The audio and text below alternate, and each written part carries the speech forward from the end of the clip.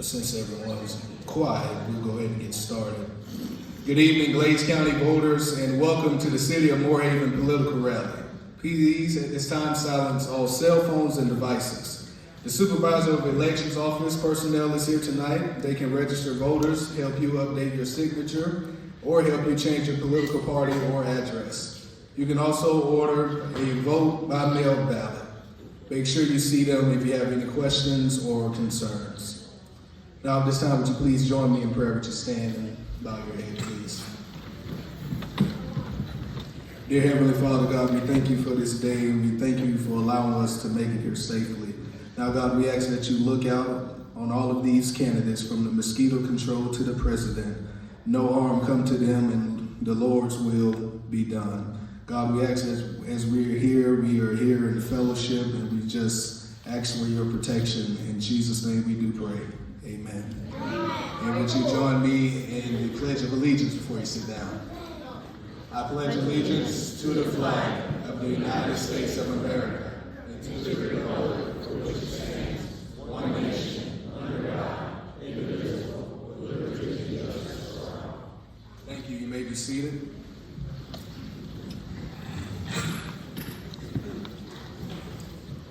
This evening, we will allow each candidate to give a 3-minute speech. You will be given a warning by the timekeeper when you have 1 minute left. When your 3 minutes are up, you will end your speech. At the end of the night, we will present questions to the candidates. All candidates that are asked a question will be asked to answer to the best of their ability. No one will be targeting any candidates. All questions will be in writing and asked by the moderator. The questions should be related to the position. There will not be any personal or slanderous questions asked. If you want to ask a question, please make sure you have it written down and hand it or give it to the elections office personnel. We have a few more rules for tonight. These are my rules. When filling out the questions, please remember that I have to read your writing, so please write as best as possible. It'll make my job a lot easier. Also, when filling out questions, if you want to write your name, you can, and I will read your name. If you do not want your name read, you don't have to write your name. Now, for our candidates, remember, your time is 3 minutes. At 3 minutes, I will cut you off. I'm just doing my job. You also have 90 seconds to answer each question. And when the candidates are giving their speech, we ask that you do not disrupt them, and when they are finished speaking, you can put your left and your right hand together and clap for them, okay? Are there any questions? All right, we all good. We have a few more things tonight. We have someone that wanted to speak, Mr. Arnold, I believe. Someone's supposed to speak. Okay. You want to come up to the mic, sir?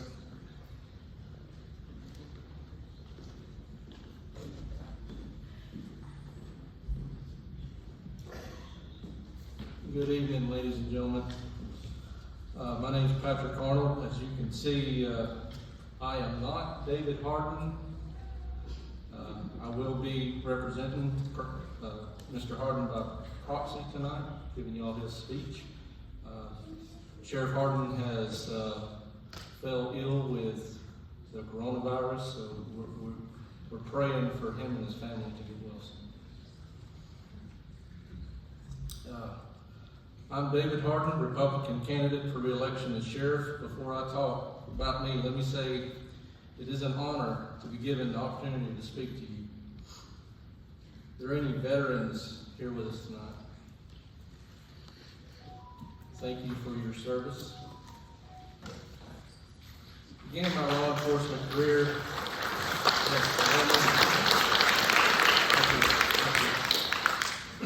began my law enforcement career in '92 as a volunteer. Attended the IRCC Auxiliary Academy. I then became an employee in late '92 of the Okeechobee County Sheriff's Office. I worked in the jail and dispatch while waiting for the academy to start. In '99, I was hired by the Glades County Sheriff's Office and moved to Glades County. During my career, I've been a deputy, K-9 handler, sergeant, range master, armorer, and agriculture investigator. Been involved in Glades County community from the very beginning. I enjoyed helping organizations such as the Glades County Youth Livestock, Lakeport Community Association, Lions Club, Masonic Lodge, Shriners, just to name a few. 2013, served as State Vice President of the Florida Agriculture Crimes Intelligence Unit. Now serve the Florida Sheriff's Association as Board of Directors member. Also served on the Florida Sheriff's Association Training Committee. My involvement doesn't stop when the uniform comes off. I've celebrated with you in your triumphs and mourned with you in your losses. We in Glades County, we live in a unique and beautiful county here. During my time serving this county, I've grown to know the Sheriff's Office, its employees, and the community. I know where we need to improve, where we are strongest. And I will continue to build on those strengths and improvements. In 2014, we were awarded the safest judicial circuit in the state per capita, and are still on track to continue that distinction. As most of you know, I strongly support our Second Amendment right, and will continue to provide CCW classes to the public at no charge. During my time in office, we've grown from one SRO to now having an SRO in every school. This is through a relationship with the Glades County School Board and the superintendent, along with the county commissioners. Glades County Sheriff's Office does employ 2 K-9s who are handled by one deputy. That deputy and his partner are assigned to the DEA task force that operates in the Miami area. As a result of this partnership, Sheriff's Office receives funding that is utilized in our day-to-day operations. All right, sir. Thank you. Thank you.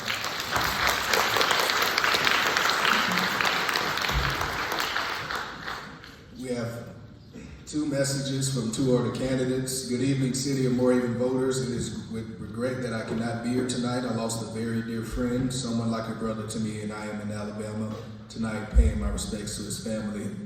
With respect, Jerry Gatorsapp. And then we have Mr. Kevin Flanagan. He is unable to attend tonight's rally. He is in the doctor's office on the coast. He has torn his bicep. So we will begin tonight with the Moravian City Council race. It will end in August with the top 2 votes. Winners will take the 2 seats. Only folks voting in Precinct 3 will be eligible to vote in this race. We will start off tonight with Ms. Rashandra Krosky.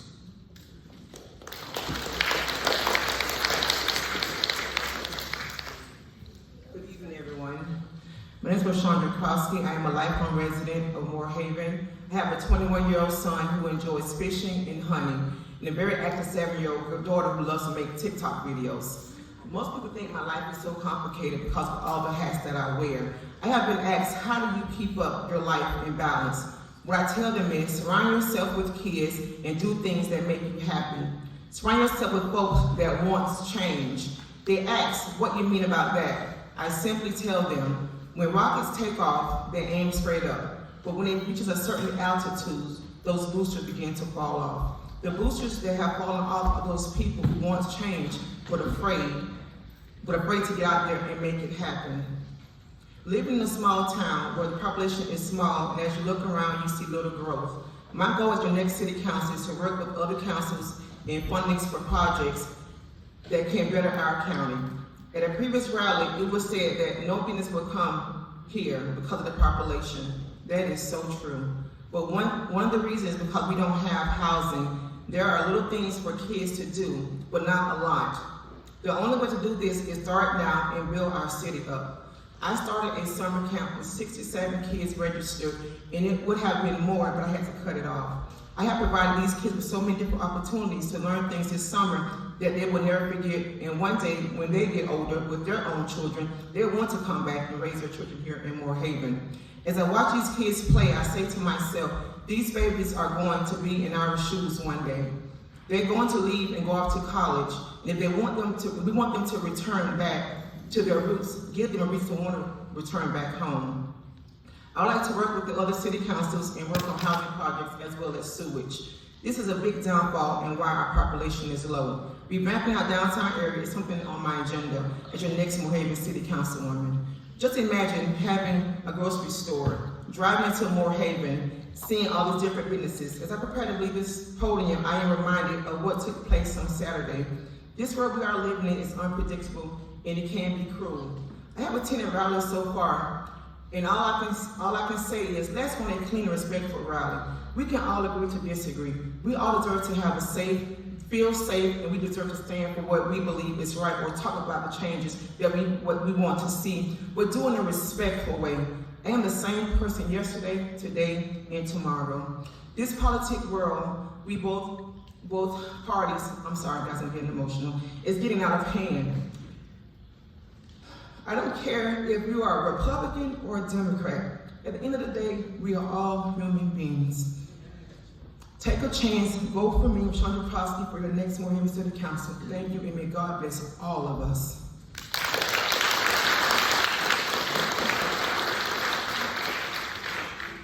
Next, we will have Mr. Jacob Iron.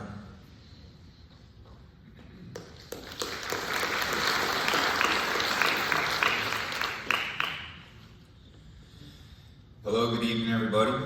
I'd like to begin by thanking Ms. Farnham for securing such a wonderful location for us to speak, and the Glades County School Board for allowing us to be here tonight. Thank you for taking the time to listen to all of us and showing interest in caring about who is leading your county and city in the direction we are going. My name is Jake Wagner. I've been a Glades County resident since the early 90s when I discovered the city of Moorhaven. I've been a property and business owner in the city of Moorhaven for over 20 years. I'm currently the Vice Mayor of Moorhaven. I'm the CAPFA Chairman, the Sewer Authority Chairman, and I represent the city of Moorhaven on several other boards. My working relationship with our city and county manager, our department heads, lobbyists in Tallahassee, the city and engineers, and of course the city council has allowed me to not only start but complete projects throughout the city, from stronger code enforcement, better utility services, sewer expansion, and of course the revitalization of our downtown district around our Tom Perry Park and our county library. Upon completion of the city park renovation, we expect small growth with economic development, and this will be moderate and better amenities for the residents of the city of Moorhaven and attracts more small businesses that we all want and deserve. Given the opportunity to represent you on the city council for another term, I will continue the septic and sewer expansion, housing to increase population for businesses to move here. So all of you know that I'm an elected official that understands the process. I'm a councilman who takes care of projects throughout the city and not just on the streets that I live on. I'm a councilman that tries every day to give something back to the city of Moorhaven and give the city of Moorhaven a positive spin. One of the projects that I'd like to take on, if I'm lucky enough to be re-elected, is our city ball field complex. The city ball fields have looked the same and been in the same condition since they were built. Now that we know where the new elementary school is going, I believe that the city council and I, along with the county manager's help and the elected officials on the county side, can help the city of Moorhaven revitalize that ball field to what it should be. In closing, as spoken in the past, I want to see all of Glades County flourish, but my main focus is on this 1 square mile that sits on the banks of the Caloosahatchee River in Glades County, known as the city of Moorhaven. Please come out and vote. Re-elect Jacob Wagner. Thank you for support in the past, and I look forward to having your support in the future. Any questions? I'm readily available to answer. Thank you again for coming out and showing interest. Thank you.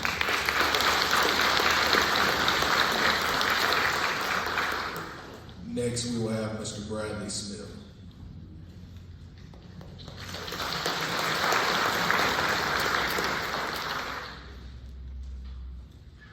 Good evening, everyone. Thank you for inviting me here today. My name is Bradley Smith. I am running for Moorhaven City Council, and it is an honor to be here as a part of this election.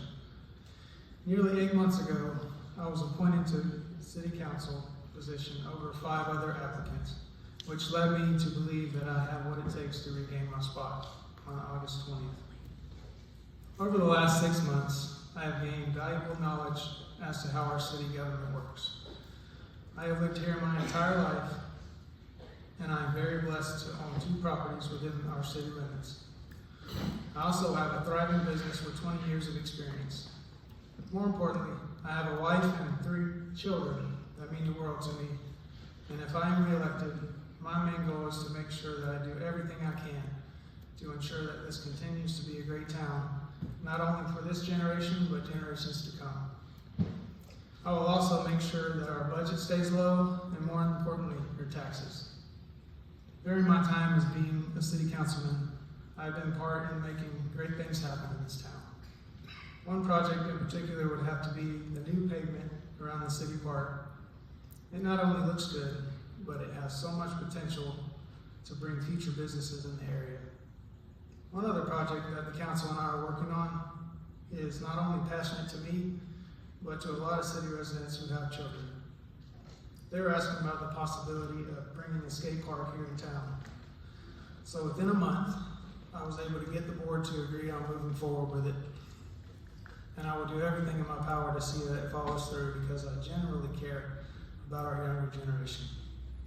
I am also greatly interested in making sure our water park stays in operation. But in order to follow through with the plans that I want to accomplish, I would need to have your vote on August the 20th for Morehaven City Council. And I hope you consider Bradley Smith to help keep this town great.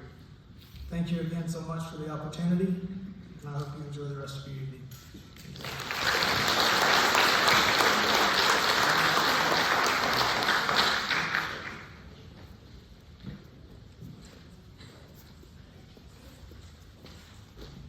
The next race is the Morehaven Mosquito Control Seat 1.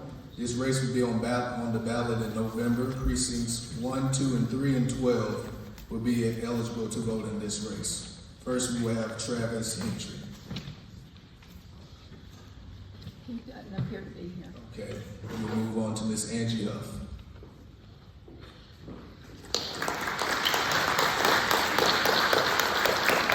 Good evening.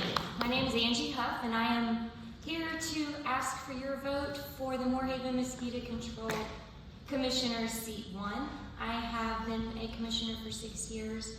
In that time, we have upgraded our equipment to be able to better provide the spray. We have a side-by-side now. We can get into smaller areas. We've also started doing some aerial spraying in conjunction with neighboring agencies that make it possible for us to afford to do so. And just more on the informational side, we have our meetings on the second Tuesday of every month at 6 o'clock at City Hall.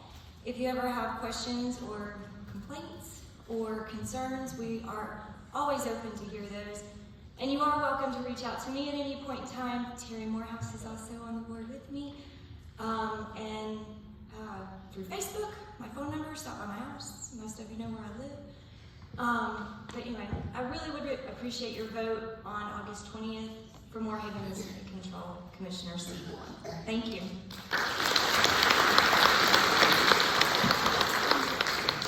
Next up is the School Board District 2 candidates. This will be on everyone's ballot regardless of party. To end this race in August, one candidate would need to win by the majority vote, meaning 50% plus one vote. If no one has the majority, the top 2 highest vote getters will move on to the November general election. First, we have Mr. Kevin Bryan.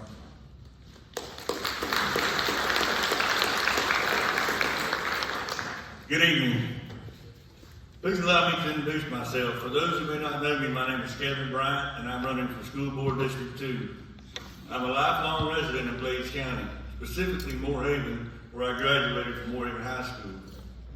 Over the many years of residency in Glades County, I've held and led many fundraisers to benefit our students, from wing cook-offs to rib cook-offs to just fundraisers.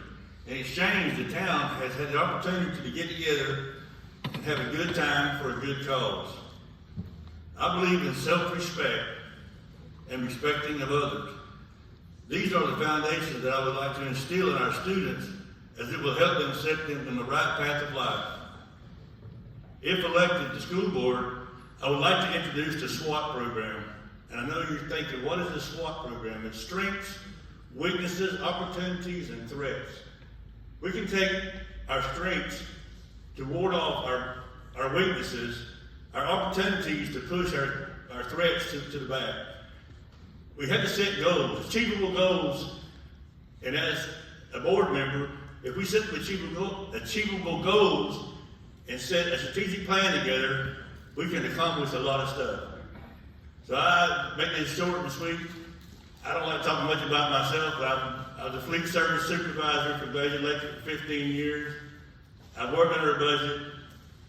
I know how it works. I was a code enforcement and / superintendent for the city of Moore Haven. But I would appreciate your vote on August the 20th. Thank you very much.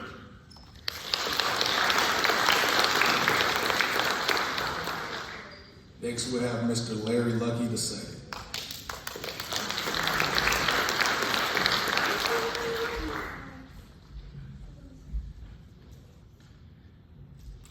Hello, everybody. Thank you for the opportunity to be here. As some of you may already know, my name is Larry Lucky II, and I'm running for School Board District 2 here in Glades County. After retiring from a 35-year career as a teacher and a principal, I'm excited to bring my experience and dedication to our community of Glades. Having taught at all levels from pre-K through college, I've seen firsthand what our students and teachers need to thrive. I started my career right here in Glades County. While on campaign trails, it has been so uplifting running into adult versions of the middle school and high school students that I taught long ago. I also started my first years as principal here at Moore Haven Elementary, and then I began and established West Glades School over 20 years ago, August. I'm dedicated to serving Glades County full-time as your school board member, and here's why I feel I'm the right choice. I have budget expertise. With 18 years in managing both site-level budgets and federal budgets, I understand how to secure and allocate funds effectively, crucial for our small and rural districts where local and state funding is not enough. I know what is effective professional development. I've consistently championed and provided professional development for continuous learning opportunities for educators during my 35 years, even presenting at the county level for teachers from other schools and their administrators. I understand school improvement plans. I've developed state-approved school improvement plans for 18 years that incorporate feedback from teachers, students, parents, and the community, ensuring comprehensive and successful goals. I have a wide knowledge about curriculum. I've reviewed curricula from pre-K all the way up through high school, securing the necessary materials needed to help our classrooms and support our teachers. I have actively participated in technology integration. I've created and maintained district and site level technology plans, ensuring that our technology needs are met, and most importantly, and what people don't think about, that we are able to keep it up to date and that we have a replacement rotation in place for our technology. I have experience with that. I am passionate about supporting students with special needs. Did you know that over 20% of our Glades students have some type of special need? And I understand how plans need to be put in place and secure and monitored, especially monitored for effectiveness. I invite you to talk with me or review my literature for more details. Remember, let's make Tuesday, August 20th, your lucky day.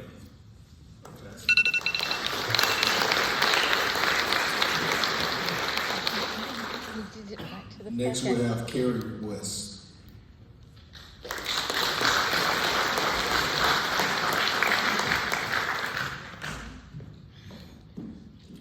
Good evening, Terrier family and friends. For those of you that do not know me, my name is Carrie West, and I am a candidate for the Glades County School Board District 2.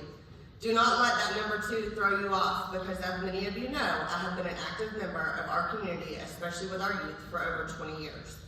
All of our students are like my own, and most call me Auntie or Mama Kay. First and foremost, I am a mother to 4 wonderful girls, where 3 are still currently in an education system. I know the struggles that we face, not only as parents, but the students as well. It is important to me that our schools become the centerpiece of our community, and that we keep education and the well-being of our students on the forefront.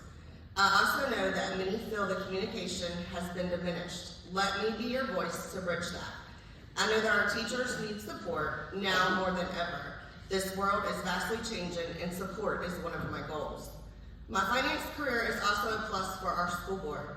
Working at the district, the clerk of courts with the Board of County Commissioners, and the Glades Correctional Development Corporation under finance has given me the ability to take the fiduciary responsibilities very seriously. And I understand that sometimes, more often than not, hard decisions have to be made.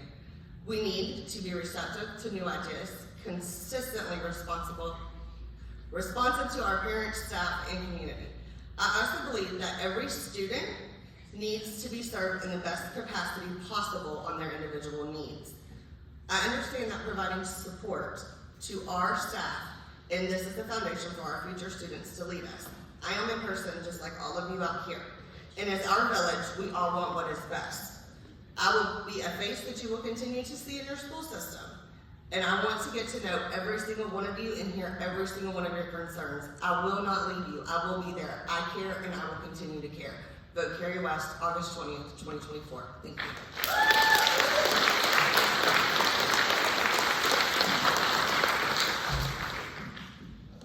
School Board District 3, Jean Prohan retained her seat unopposed. Congratulations to Ms. Prohan. The next race will be the Superintendent of Schools. This race will be decided in August and will appear on everyone's ballot no matter what your political party is. First, we will have Dr. Alice Beth Barfield.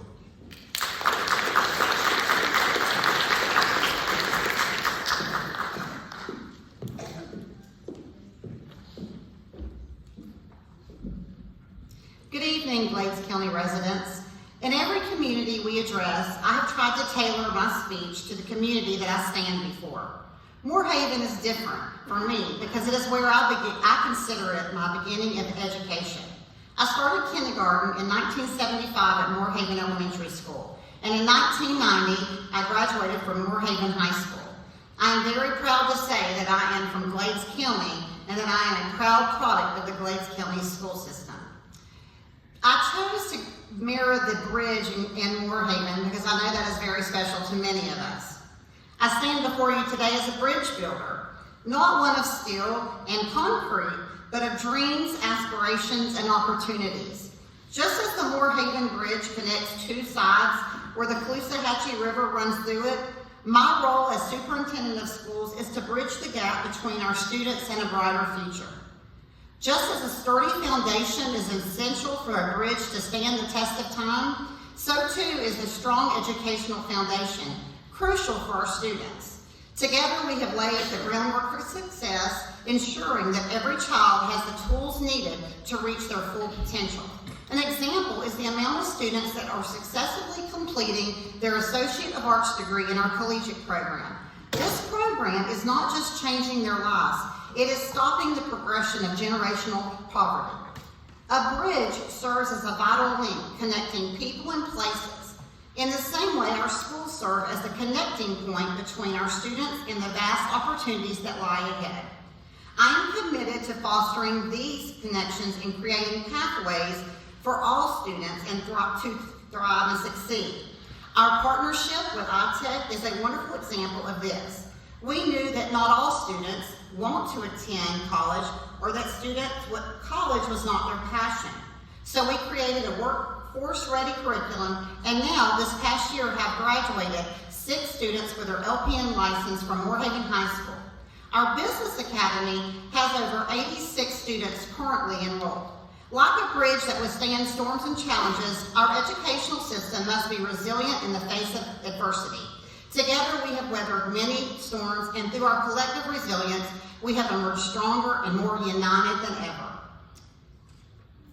As I seek re-election as your superintendent of schools, I pledge to continue building bridges, forging connections, and creating pathways to educational excellence for all students. Together, let us bridge communities, inspire minds, and shape the future of our children. Thank you for your support, and let us continue the journey together toward a brighter tomorrow. I ask for your support on August 20th.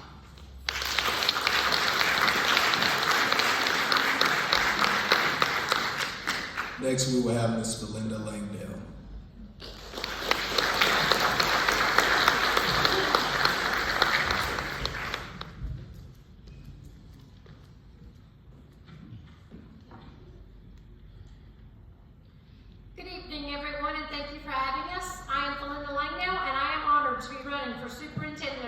County Schools. I was a Glades County employee for over 20 years, and I have dedicated my heart and soul to this district and the students and staff I served. I started as a substitute teacher, and I worked my way all the way up to principal. I've also was a boys soccer varsity coach, and I was also the cheerleading coach, and I would take those boys every day over those girls. As your superintendent, I am committed to restoring our school system and making it a focal point of our community.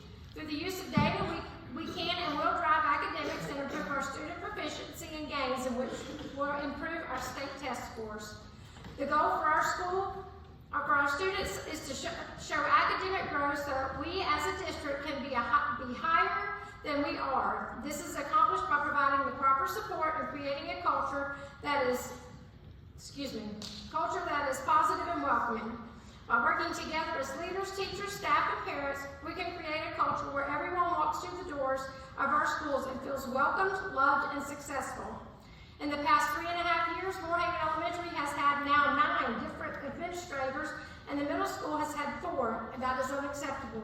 Our children need better than this. Our leaders need and will feel supported in what they do with me as their superintendent. A major focus for me will be our special education students. There are students that have been overlooked or passed on to other counties, and this should not be happening. We can provide them an education that they deserve, not just because legally it's the right thing to do, but also because we have a moral obligation to every student and give them the best possible education.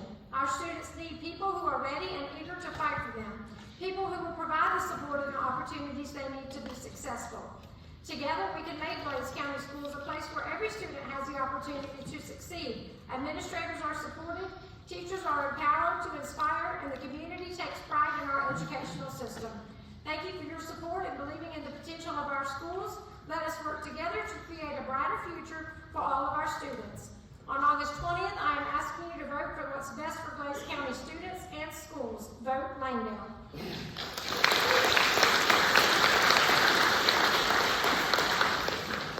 Next up would be the Glades County Court Judge candidates. This will be on everyone's ballot, and at the end of the race in August, one candidate will need to win by a majority vote, meaning 50% plus 1 vote. If no one has a majority vote, the top 2 highest vote getters will move on to the November general ballot. First, we will have Mr. Harley Brooke.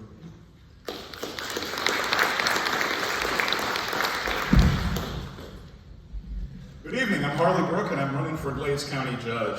Folks, when it comes to the Glades County Judge position, it's about diverse experience. For the last 27.5 years, Judge Lundy has handled every case under the sun, not only as the county court judge, but the acting circuit court judge.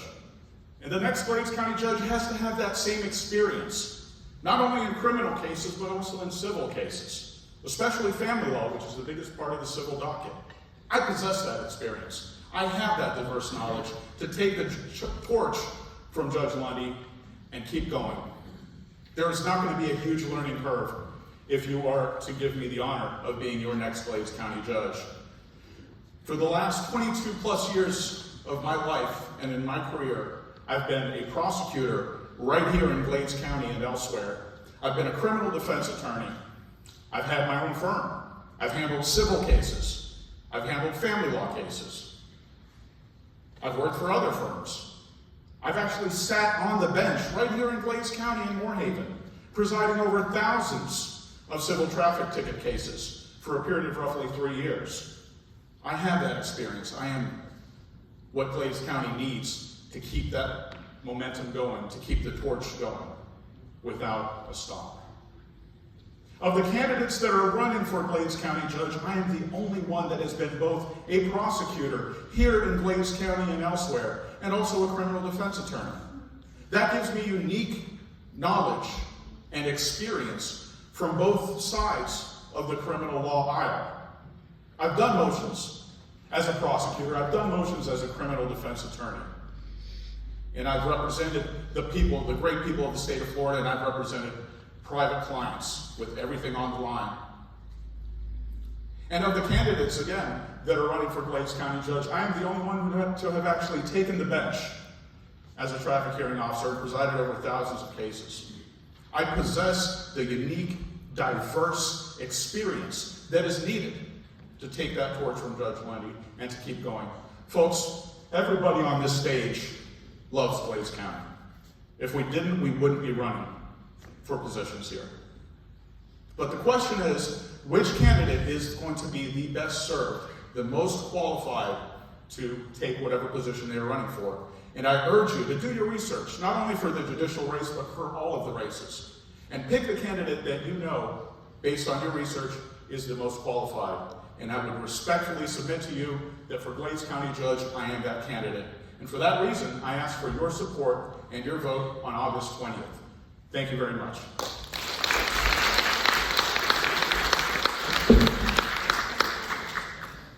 Next, we will have Mr. Will Dorman.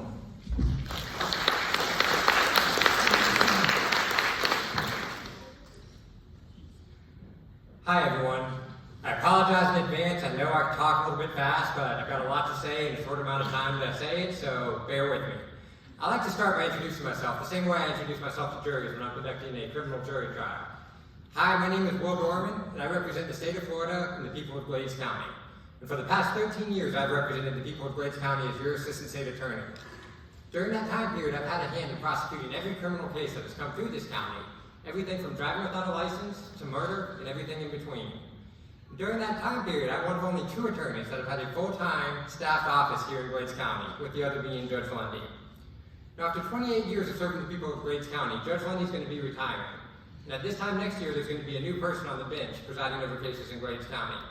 I believe that that should be someone who knows this county and who has been serving the people of this county for the past 13 years.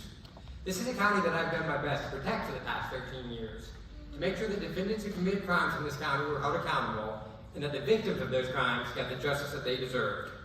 During that time period, I've gotten a chance to work closely with the law enforcement community to make sure that cases were thoroughly and fully investigated, to make sure that the best case was presented to the jury, and that only defendants who we could prove were guilty beyond a reasonable doubt were prosecuted.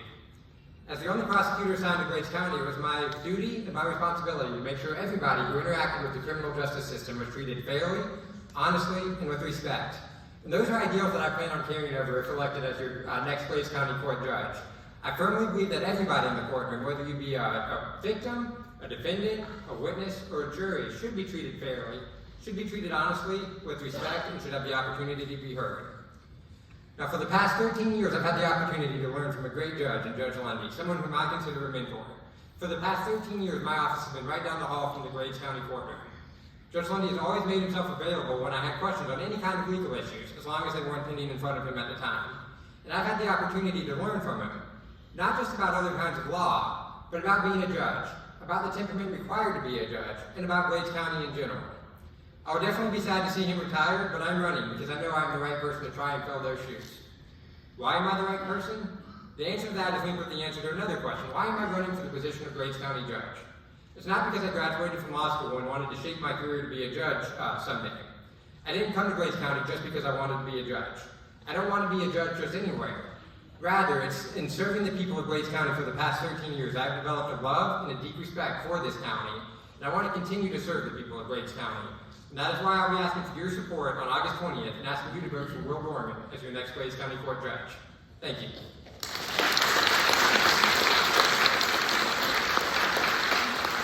Next, we will have Mr. Richard Sullivan.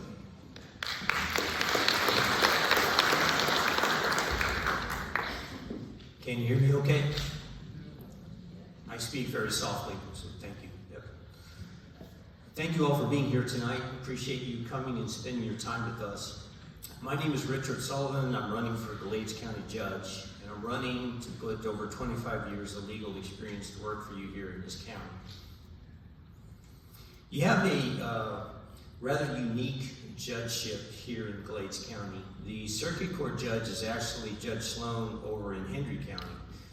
But because it's impossible for that judge to split his time between counties, he appoints the county court judge in Glades County to handle all the legal services. And that's why we're talking to you about a wide range of experience that we may have in law, because that wide range of experience is going to be critical in the job here in Glades County. Most of you in this room are never going to be arrested for anything, and if the sheriff's candidates deliver as they promise, you're not going to be victims of anything. So while criminal law experience is important, and we all have criminal law experience, for example, I stopped counting jury trials at over 100, that's not the only kind of law that's going to affect you here. If you are in a courtroom in Glades County, you're likely to be there for a guardianship, or maybe a probate matter, maybe a Marchman or Baker Act. You have family members that may have divorces going, and that implicates child support and custody and visitation schedules. Some of you may have the joy of an adoption in your life and be in court for an adoption or a name change. Some of you may have a disruption in your family and have a dependency case. There on occasion, neighbor sues a neighbor, you have a small claims case, you may have civil litigation, there may be some anger issues going, and there's an injunction for protection needed for somebody. And some of you, and I would venture to guess a good percentage of the crowd, has been in court over a traffic ticket, also handled by county court. Now, I have done all these areas of law. I have written the complaints and the petitions, I have written the motions, I have written the proposed orders, I have argued these cases on my feet in courts, I've done the research on them. Each of them has an independent body of rules that go to that type of law. However, those rules are somewhat interrelated. It's important to know that. I have those experiences. I have over 25 years of experience in the courtrooms. I've served Glades County as a lawyer for over 25 years. I'm asking for your vote on August 20th. I'd like to put my experience to work for you. My name is Richard Sullivan. I'm running for Glades County Judge. Thank you very much.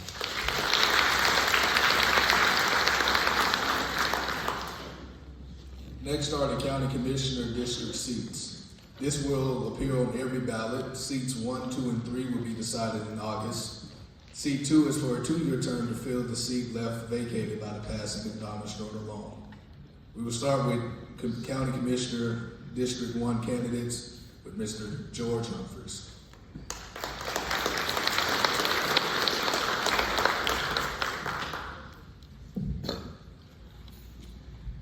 Good evening, I'm glad you came. For y'all that don't know me, I'm George Humphreys, most of you do. I graduated from school here in 1975. I went to Nashville Auto Diesel College for about 2 years and came back and went to work. In 1980, I started my own business. I've had a steel construction, industrial construction business for 40 years. I've been involved in this community. I'm dedicated to the community. There's the 4-H, the FFA, the Eagles, the Elks. I was a Moose for a long time. And then I went out to the oil fields in Texas and New Mexico to work when the work had slowed down here. So the thing I'm passionate about is code enforcement. Our properties are devalued by code enforcement. So when you have someone that's not taking care of their property, it needs to be fixed. Also, we'd like to have a magistrate do that, not our county judge. So when you come into town here, as you're coming in from Clewiston on the right, Wentworth's out there, and it's a nice plant. The part in front of it should be cleared. It's code enforcement. That's a code enforcement violation.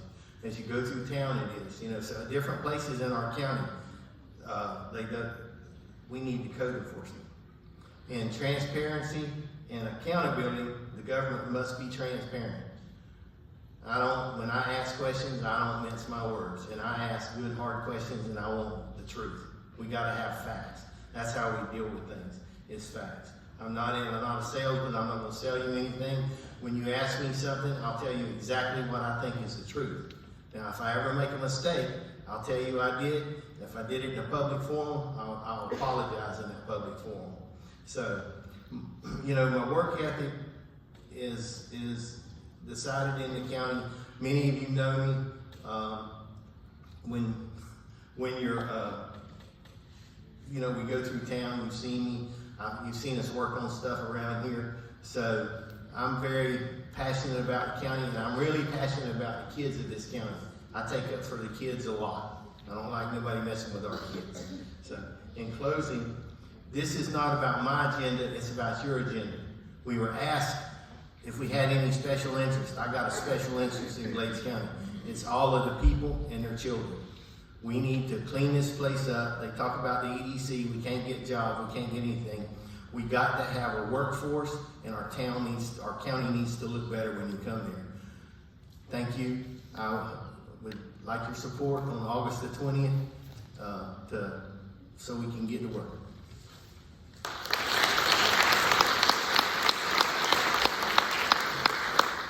Next we have Mr. Jeffrey Patterson.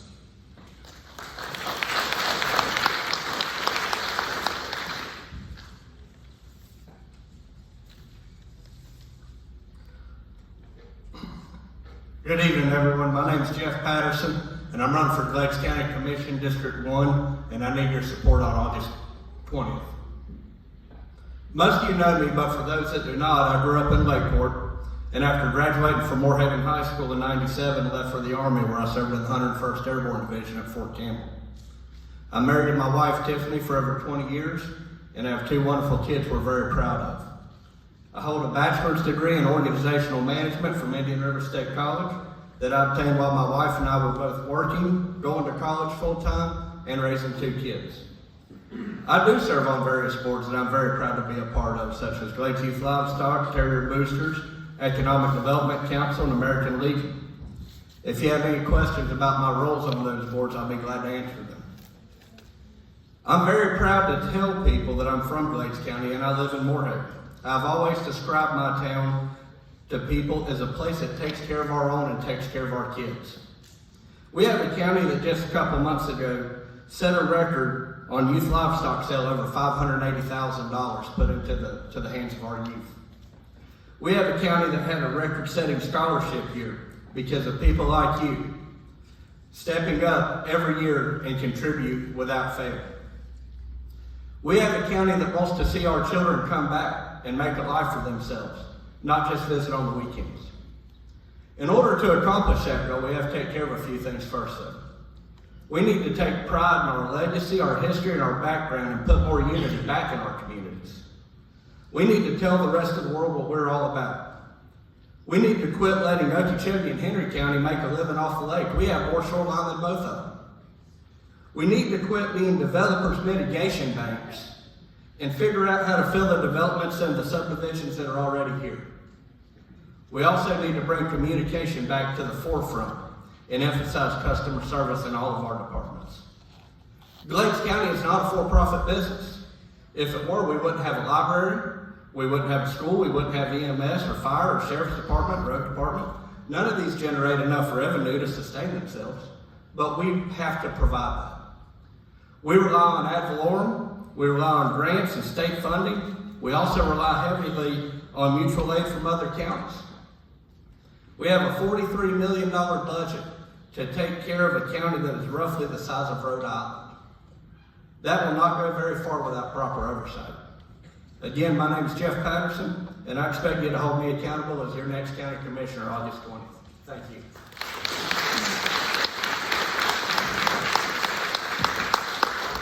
Now we will move on to County Commissioner Districts 2. First up, we have Mr. Jeff Barnes.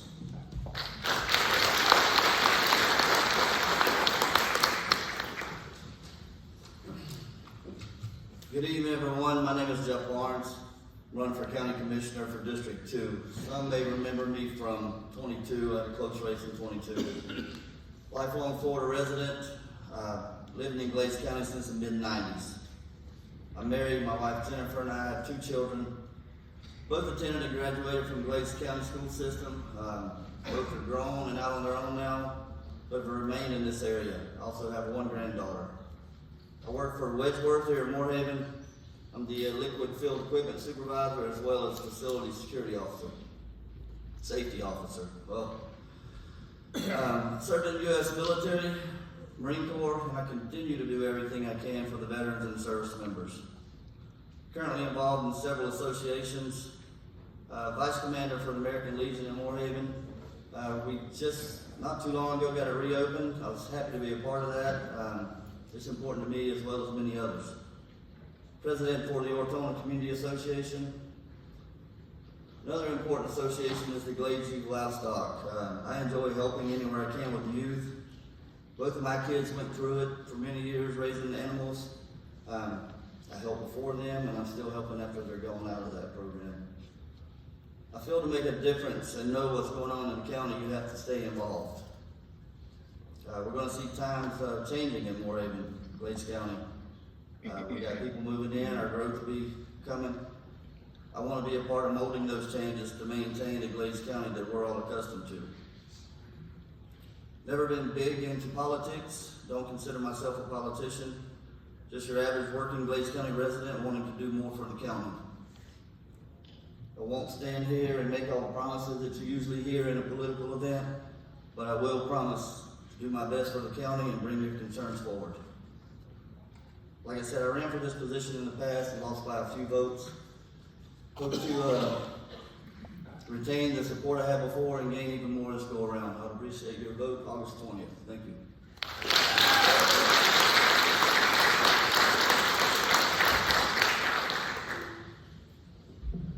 Next, we have Mr. Porter Walker.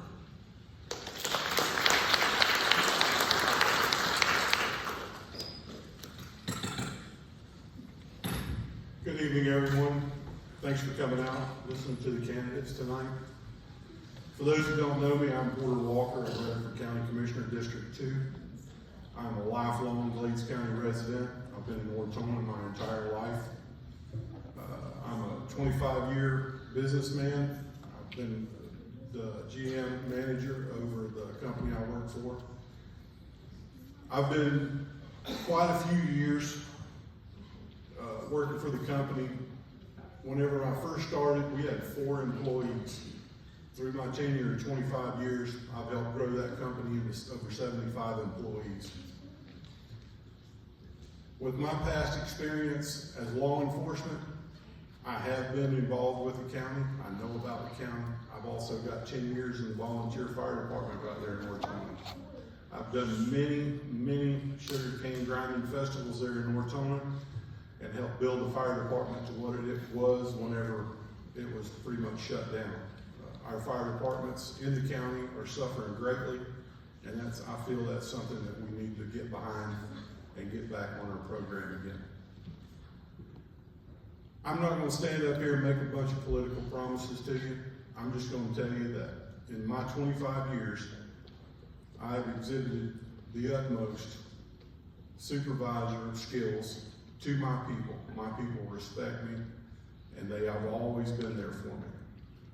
I have always been true and honest to them, and if I'm elected county commissioner, I'll be true and honest to the people of Glades County. This county is going to be growing soon. We're starting already to get houses moving in Buckhead, but we need controlled growth. If I wanted to live in Fort Myers, I would go live in Fort Myers, but I don't like that. I want to be right here in Glades County. I don't want it to turn into a booming metropolis. It needs to be managed growth. Our fire departments, our EMS, and our sheriff's office need the county commissioner's help. And I'm willing to stand up and try to help them to the best of my ability. I'm only one vote, but I will work with the other county commissioners to facilitate the needs of our first responders. I'm Porter Walker. I would appreciate your vote on August 20th. Thank you.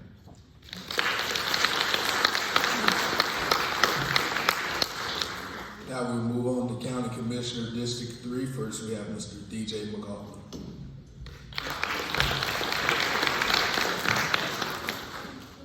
Greetings from Hughes, Florida. My name is DJ McLaughlin, running for County Commissioner for District 3. My wife Robin and I have lived in Central and Southwest Florida for a little over 30 years. I have worked in commercial construction for 54 years, and for a little over 60 years now, I've been a cattle producer. When I mentioned working in so many years in commercial construction, of that 54 years, probably nearly 40 years of it has been in a very senior executive level. And you learn how to conduct business in a very business-like way in the private sector. Also important is to note that Robin and I run 2 small businesses now. We run Value Management Builders, so he's a small commercial contractor, and we run Irish Oaks Farms. We raise and produce show cattle. I mention this because with all of that big business experience I had at an executive level, it's important to understand small business. I'm vice president of the Muse Community Association, and I have been for 4 years. And for the last 2 years, we founded and developed. I'm president of the Muse Area Republican Club.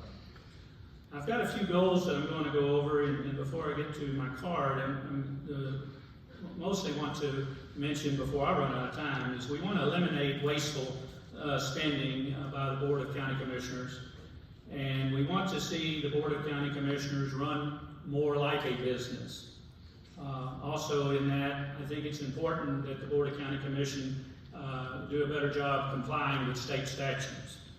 So on those goals, I'll just read them, and hopefully before you leave tonight, you'll get one of these cards.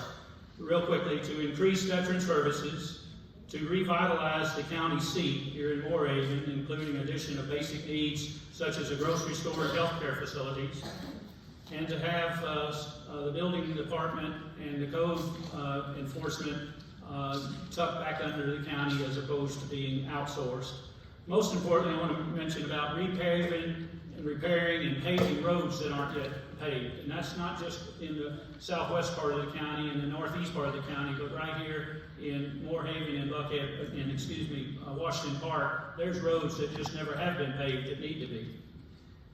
I want to do what's necessary to have County Road 74, that's just a big money pit. Some of you might not be familiar with it, but the county is spending tons and tons of money out there on that county road with all the truck traffic damage, and that road needs to go back to being a state-owned and state-maintained road. So I do ask that y'all seriously consider voting for me as your commissioner for District 3, which is primarily the Muse and Palmdale area, on August 20th. Thank you.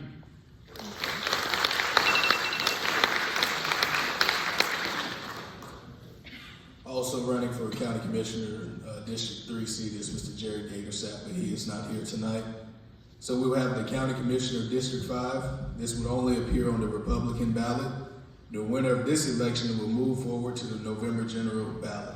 NPA Kevin Flanagan will challenge the winner at that time. First, we will have Mr. Tim Stanley.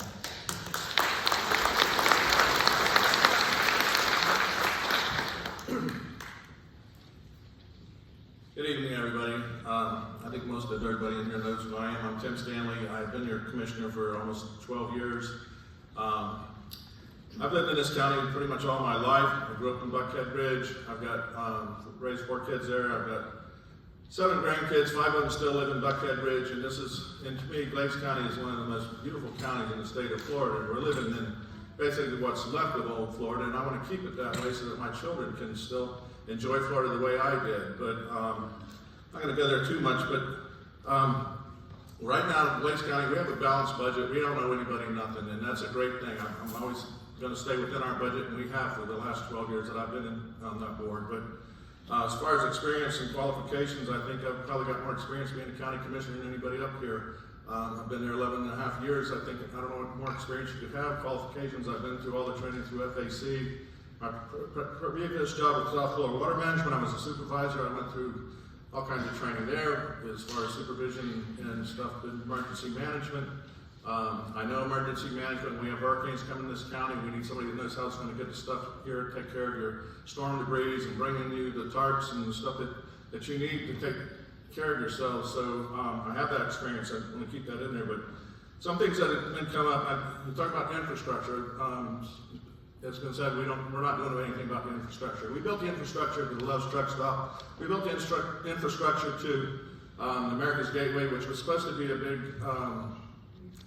inland port. It never panned out. But right now, we're going under the Moorhaven River to put infrastructure down Highway 27 because there's supposed to be air blades are supposed to be coming in. So it's not that the county isn't trying to bring new growth to this county. We're doing everything we can to bring jobs in, but we just, you can't force somebody. We've got hotel property there on 27 that we've offered to somebody to build a hotel or a grocery store right here in Moorhaven, but we can't even get anybody to, in fact, we'd give the thing away if somebody would build something there, but So we're trying really hard, but just some of the things, I mean, in Moorhaven, we got Let's Truck Stop, we got ITech training. When I first came in office, you only had 2 firemen in Moorhaven at the EOC. They worked 8 hours a day, 5 days a week. When I've seen that, I asked them to put it in the budget.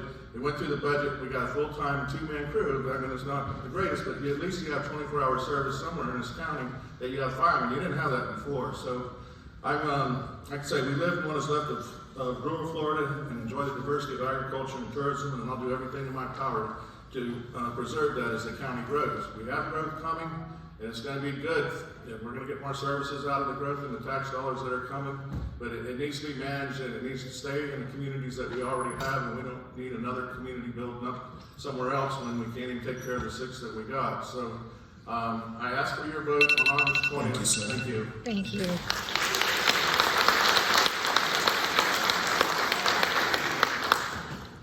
Next, we have Mr. Stu Taylor.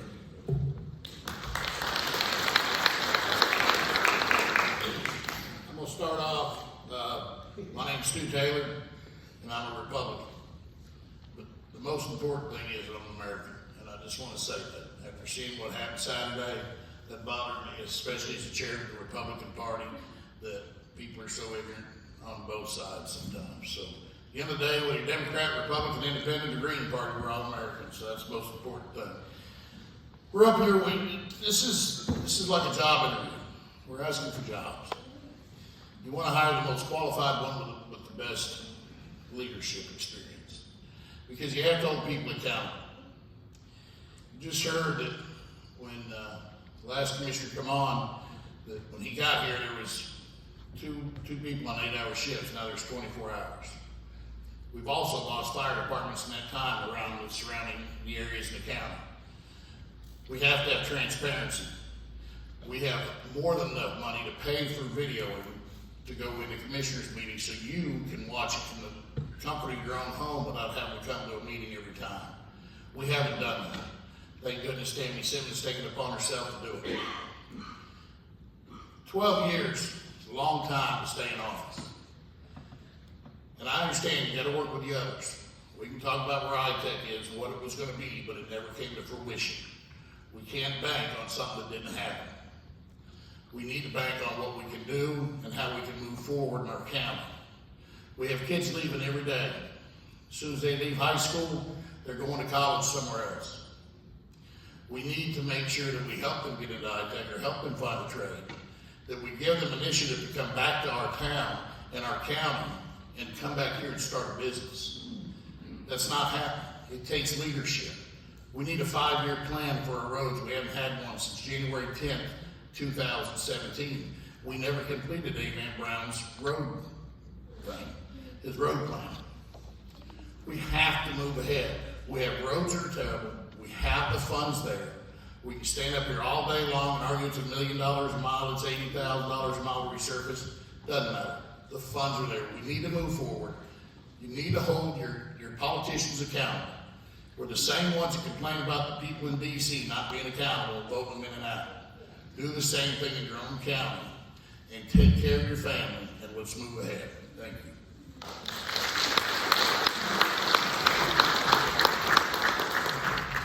The following constitutional officers are unopposed and retain their seats. Clerk of Court and Comptroller Tammy Pierce Simmons.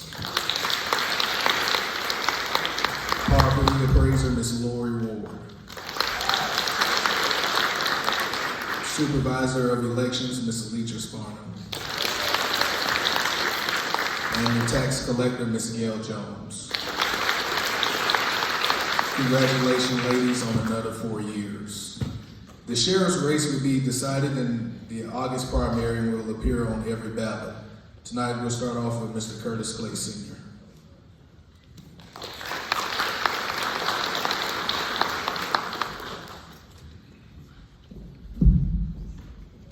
Good evening. For you don't know me, my name is Curtis Clay, and I am a 30-year resident of Glades County. My roots run deep here. And I've been asked a lot of questions like, why am I running for sheriff? Why am I running in Glades County and so forth? What I want you to understand is I've got 4 kids and 7 grandbabies that live right here in this county. I've made this county my home Like I said, for over 30 years. I own my house in this county. I'm part of this county, and I'm going to retire in this county. And I want to make sure this county is a safe place for my grandbabies and my children to live and for me to live when I get older. And I've watched this county for the last 8 years go backwards. And it's sad to me because I wanted to run for sheriff 8 years ago when Stewart decided to retire, but I felt you, as citizens of Glades County, needed more than just a good cop. So I went back and pursued my education and got a bachelor's degree in emergency management and a master's degree in criminal justice administration. Why did I choose those 2 lines of education? Because those are what your sheriff's office is built off of. Planning and preparing to respond to emergencies for you, and then running a business, a budget, making sure that we're spending your tax dollars wisely. So I'm not going to sit here and sing a song and dance to you, and as some people like to say, it's called blowing smoke and they believe it's lies. I'm going to give you facts. The facts are that you got approximately 2 deputies running this entire county on most shifts. That's dangerous. I plan to fix that simply by retention and recruitment with a comprehensive training plan to keep our deputies here with us so that we actually have them. It's not that we don't have the positions available, we just aren't filling them and able to retain them. And you'll hear from other candidates tonight that they left and they were long-term candidates here and they weren't retained either because of the situation happening at your sheriff's office. That atmosphere needs to be fixed, and I believe I have the administration experience and education to do so. Another issue you have is comprehensive budget management. Using your tax dollars wisely to make sure you get the best bang for your buck. That takes education and leadership. It takes working a budget. Right now, I'm responsible for over 7,000 children and over 100 employees at the Henry County School District for school safety and security. It is important to make sure you spend your tax dollars wisely to keep our children safe. And that's another one of my big stances here. I can't talk all about it all here in the little 3 minutes they give me, but I would love to speak to anybody who has any questions, and I'm really happy to see you here. Please ask us the questions that will help you understand what we can do to make this county safer for you. I need your support and vote for that. August 20th, 2024, play for sheriff. God bless you. Thanks for listening to me.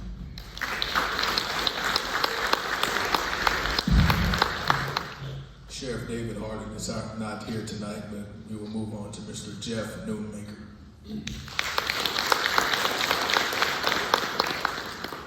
Good evening. I'm Jeff Newmaker. I'm a resident of Palmdale. My wife is sitting down here in the middle. I have 2 kids. One's 32, one's 34. My 34-year-old daughter is special needs, so they developed that special art. And I have 1 grandchild as of last November. I bring to you 35 years of law enforcement. And it came from Polk County. So 95% or so of my training all came from the Polk County Sheriff's Office. I started off as in dispatch, did corrections, road patrol, motor unit, CID, code enforcement. Because I had 2 kids and I became a single father and they were living with me, I wound up in a small agency up here. So I worked from where I had 2,000 members, sworn members, down to, I think it was 9. So, but it allowed me to take care of my kids. My department was 1.5 miles from my house, so if there was an issue, I could go home. But during that time frame, I was a sergeant up there, and a lot of times the chief and lieutenant would leave out of state multiple times, which left me in charge of the police department. Now, we worked 8-hour days for a while, we went to 12-hour days for a while. But when I was in charge, even when I was an officer, I was always had my heart into the job, and when I was in charge, my heart was even more in that. I've had shifts where I've worked 30 hours, 36 hours to take care of business and get done what needs to be done. So February 2016, I retired. I took on a position with Alico as their chief of security. A year and a half later, the Alico investors decided they wanted to start selling property off, which I was over the Alico ranch as the chief of security, which is like a private game warden, which was a great job. So, seeing the writing on the wall, I joined the Henry County Sheriff's Department 7 years ago. I first started off as a school resource officer out of Clewiston. Then, when the pandemic hit, I came back out on the road. I'm currently the East District Sergeant on the day shift. I wasn't planning to move to South Florida in 2016, but for some reason God brought me down here. I wasn't planning on buying property in Glades County, but for some reason God brought me here. A couple years ago, one of your county commissioners asked me to run for sheriff. I I was like, no way, I'm fixing to retire. I'm 57 years old. Well, then it kept weighing on my heart. I talked to my wife, my family, my preacher, talked to God the next day. I had several more come to me and ask me. So a year and a half ago, I put my name in the hat, and I just continued on. I will be getting out and about. Today's my first day. I took my personal time that I had built up, so I will be off from the sheriff's office starting today until this election's over. I will be coming by and knocking on your doors. So if you got questions, you can ask me tonight, or you can ask me then. I would like your support August the 20th. If I win, awesome. If I don't, I respect your decision. Thank you.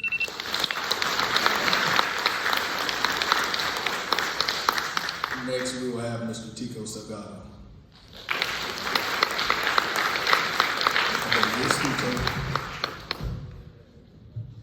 Good evening. I'm Tico Salgado. I'm running for Glades County Sheriff. First, I'm going to start off with I'm not a politician or a public speaker, so bear with me. Since the age of 16, I have been devoted to Glades County for about 27 years. 17 of that was employed with the Glades County Sheriff. So most of you guys, I know every single one of you guys, either one time or so, I have dealt with you guys in a call for service or something with Glades County Sheriff's Office. I want to continue to have that support from you guys. I want you guys to believe in me. I know that you guys have trusted in me in many things when I respond to your place. I've been married for 23 years now. Saturday just passed. I've been married to my wife. That was our anniversary. Saturday that just passed. I have 3 kids. My oldest is 21. My son is 17. My youngest is 13. I took in 3 boys as well. They all have a business here somewhere in Glades County. My daughter has one right up 6th Street by the Burger King. And I got 2 boys that are actually doing portable car detailing. Again, guys, I need your support in August. I have worked with the youth. I still volunteer. I still do things. I haven't had a job in almost a year and a half. I did close the restaurant down that I had in Lakeport to be able to knock on doors and make contact with each and every single one of you guys. I want you guys to put your trust in me to move forward. There's a lot of issues going on in Glades County that we need to tighten up on. For starters, drug houses, trafficking. We also have a lot of traffic that is driving up and down these roads. We don't have the manpower at this time. Give me the opportunity to make that happen. So please, again, August 20th, I'm asking for your support. Thank you.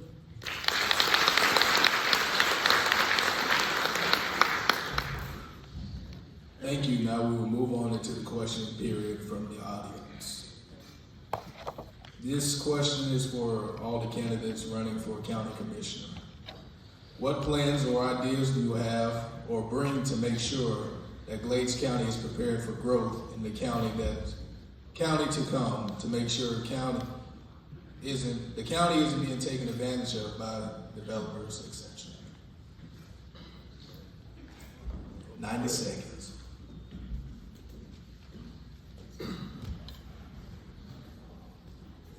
So, you know, if you go to these commission meetings, and we've all been going to them for quite some time, and I do sit on the Economic Development Council, and we have people come in from time to time, and gosh, it sounds great. Everything just sounds great. We're going to do this, and all we need from the county is everything, because we don't want to put our own money into it. That happens more often than you think. There was actually just a guy come in, I think about 3 meetings ago, and wanted to build modular houses, but he wanted us to give him the land, he wanted us to give him the free tax base, he wanted us to give him everything. I think most of us can tell when the wool's being pulled over our eyes, so we just need to keep looking forward and see what the best real investment is. Thank you.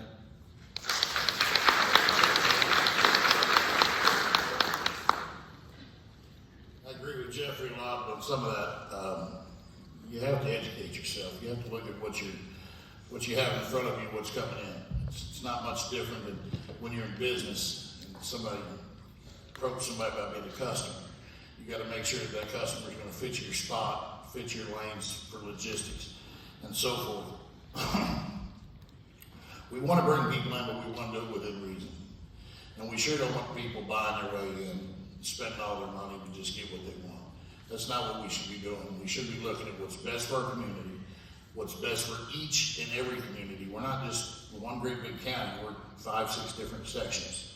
And that's what we have to look at, and to see what's going to bring us the best bang for our buck at the end of the day.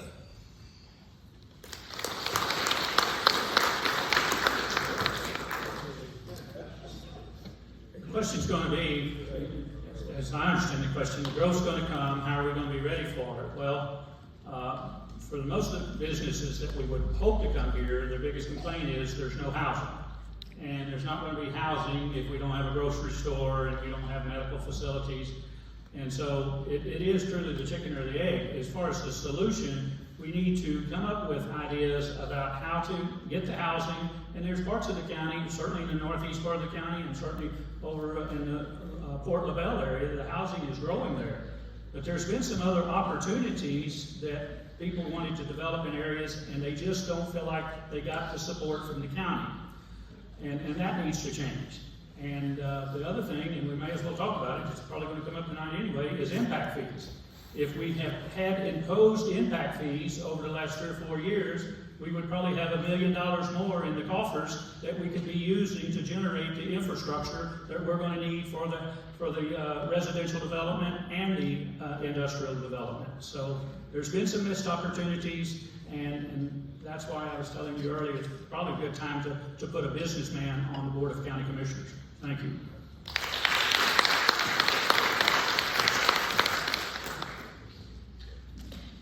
Okay, you think about code enforcement, when you ride down 27, you look at our county on the roads, they need to be cleaned up. The other thing we need is a tax base. We need industrial taxes and commercial taxes, or we'll never have anything. Because Wilton Simpson told us in Muse when he spoke to us that when you collect $1 in ad valorem taxes, it takes $1.50 to pay it back. So we make money off the other things. When you're wanting to bring something in here, the Everglades, the port's coming, you know, it may and it may not. I mean, you need impact fees. What do you need impact fees for? When they did away with the impact fees, they weren't building anything anyway. You're going to put it on a homeowner to have to pay the $10,000, $12,000 impact fees? Make your developers develop this stuff. That's what's wrong with Muse. That's what's wrong with Palmdale. They all got separated and they sold property, no roads, no irrigation, no nothing. So what we have to do is we have to make sure that any development that's coming in here does it. You make them do it, they'll spend their money a whole lot better than the county will spend their money. So it's wasteful.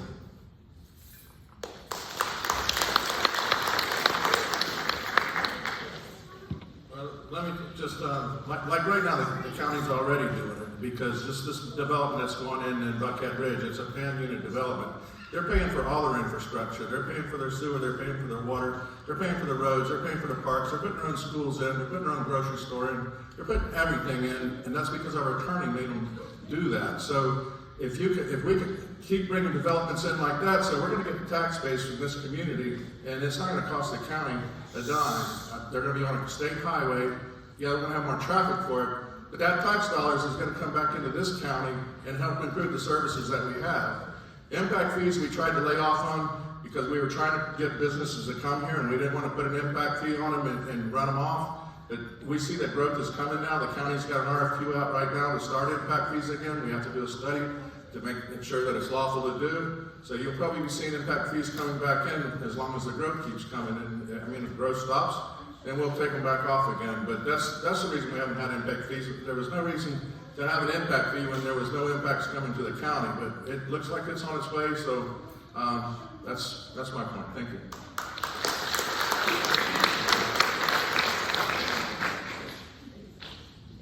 I agree with what George said a lot.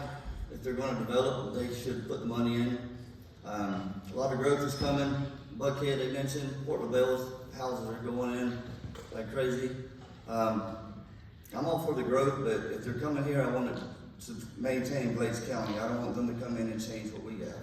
So that's about all I got on that. Thank you.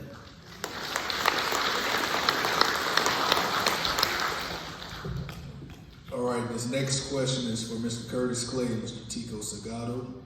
Who are you going to bring in for command staff? Who are you going to bring in for command staff? As of right now, I'm not changing or demoting or moving anybody. I am bringing one guy, that is Josh Wood. He will be my second in command. He comes from Henry County. He has a lot of experience. He's been a commander. He's been a lieutenant for the Henry County Sheriff Office. He actually has worked for us here in Glaze County for about a year before he decided to go to Collier County. So that will be my number 2. Once we sit down, we'll make arrangements after that. Until then, as staff goes, nobody's getting fired or let go at this moment.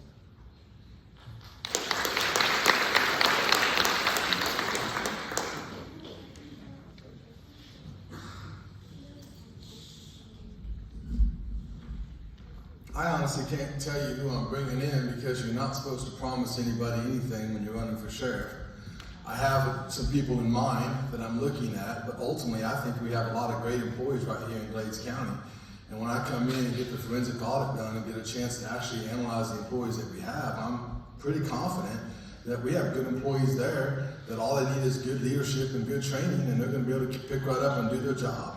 So I don't have a plan of bringing a bunch of people into Glades County because, again, I think we have a lot of great people there. Like Tico, I do have a gentleman that I believe may be helpful to me in setting that up and making it happen, but I can't guarantee he's going to be coming into Glades County or not. I do know he's the person I'm tapping to help me do the analysis of the sheriff's office itself, and that'll be the person helping me organize the sheriff's office when I do get elected. But as for who my command staff is going to be, it's unknown until I get in there and see what everybody has to offer and who's willing to step up and do the job. Thank you. One more question. Or would you like to answer? I'll put the mic up for you. Oh, he did? Yeah. But go ahead. No, go ahead. It's another question. Sorry. All right. Curtis is right. By statute, we're not allowed to promise anybody any kind of a position, so I'm going to refrain from giving a name or anything like that. I do agree with him. There's still a lot of, I've gotten to meet a lot of these deputies and the command staff here, and I have a plan there. I'll leave it at that. But as far as the deputy chief, I do have a person in mind. No promises, no guarantees yet. The great thing about this person is where I lack, he prevails, and where he lacks, I prevail. And I know for a fact he'll do a great job. I've worked with this guy, and he's one of the best law enforcement officers and administrators I've ever had the pleasure of working with. So I'll leave it at that, so we don't get myself in trouble. This question is for Mr. Curtis Clay. What are you now interested in? Why are you now interested in working for and with Glades County at the end of career? First off, I just turned 50 on July 12th. I don't think I'm at the end of my career. I'm still in my prime. I'm still on the SWAT team. I still make my qualifications. I'm ready to go. So I'm not sure anybody thinks that I'm at the end of my career. You got the wrong person. Why am I running for Glades County Sheriff or deciding to work for Glades County? Well, it's pretty simple. I've been a Glades County resident for over 30 years. So I didn't want to run for any place else but Glades County, and I've been building my career all that time in preparation for the goal of becoming sheriff. Well, let me correct myself on that. For most of my career, I wasn't sure I was ever going to run for sheriff. But as I started to get older and started to get better at what I did, and then when Stuart decided to resign, I said, okay, I think I can do this, I want to do this, and I really think I can make a difference and improve the situation in Glades County. And to be frank with you guys, I got 7 grandbabies and 4 children. I'm going to retire here. I want this to be my home, and I want it to be safe, and I think I can make a difference with that, especially right here in school safety and security, working hand in hand with your school, because that is my subject matter expertise. I leave here tonight when this is over to go up to Orlando to teach school resource officers all across the state of Florida. That is my goal, to come back and make Glades County the safest county it can possibly be to include your school system. So it's just a long-term goal, and now it's time.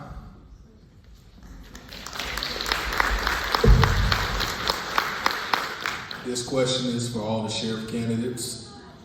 Do you have any reprimands on your law enforcement career record in Hendry County or the city of Lewiston? Do we have any reprimands on our record from Hendry County and the city of Lewiston? Okay, I'll answer that one. I think probably only 2 of us that's ever worked for the city of Lewiston. That's me and Tico. And if you have never been reprimanded in the career of law enforcement, you haven't been doing your job. Okay, sorry to tell you that. So yes, I have been reprimanded, and there's a difference of reprimand. So, I've been definitely verbally counseled, been screamed at by lieutenants and sergeants and told you're an idiot sometimes. Okay, skipped my knees for sure. I do not have any founded internal investigations on me from my career at Henry County or Clewiston. Now, I will tell you, so we'll be clear in all transparency so nobody can try to trip me up. Way back in the day when I first started off in corrections and I was working at Henry Correctional as a young man, I didn't complete my probationary period there and moved on and went to the Henry County Sheriff's Office, and that was due to a reprimand. Me and the supervisor didn't agree, and I was young and hot-headed and said things I probably shouldn't have said. Okay, but that's pretty much my reprimand. But what I will tell you is Chapter 119, my record, Chapter 119, all the candidates' records, and check, put mine side by side, I promise you mine's better.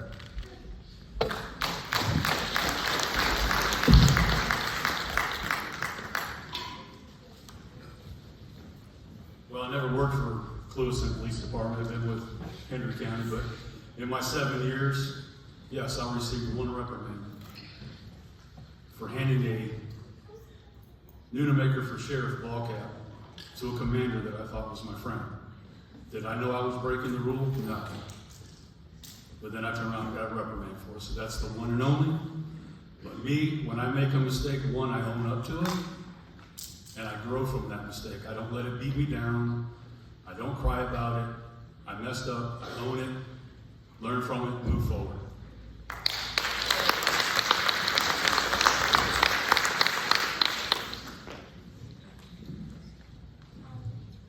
I have three from Glades County. I'm from Clewiston, but they were all from Glades County. I challenged every single one of them and won every single one. So you guys are more than welcome to pull 119, which is public record. You'll read it. More than likely you'll laugh about it and you'll be like, this is crazy why I got it written up. So again, guys, I do recommend that you do pull a 119 request, and you will see for yourself that the written reprimands that I did receive are not even job related. So.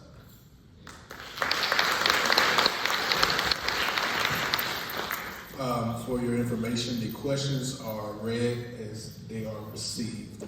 So this is another sheriff question. What do you think about Glades County Schools having the Guardian program?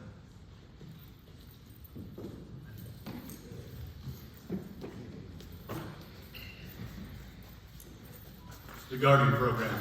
Okay, during the time at Henry County, I was the SRO at Clewiston High School, and I was there during the shooting down in Southeast Florida. So I watched Sheriff Whitten push hard to get that program. Been not directly involved, but indirectly involved. I know Curtis has been more involved in it than I have, but I am 100% for it. Because I'm going to tell you something. You get a bad person going onto a campus, what are done, the first person that he's going to want to take out is going to be your SRO. Now that's leaving your kids at total harm's way. But in the Guardian program, they're concealed. That SRO has got backup, and he's there. They are there to protect your kids just as much as the SRO and the road deputies.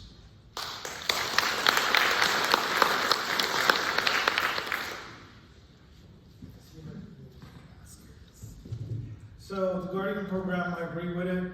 However, I was kind of iffy at first about it. I would like to see more law enforcement in the school's campus instead of the teacher carrying a gun. However, it did get approved, and whoever the superintendent is, I hope that I'll be able to work side by side with her and make sure that we have the proper training for each staff. It's going to be very hard for us to pick someone to even, there's a lot of ifs. So I would like to see some of the road deputies to continue to just walk the schools and continue to learn their layouts and not just arm any teachers. We got to look into that and make sure that they're trained properly. So that's my thought on that.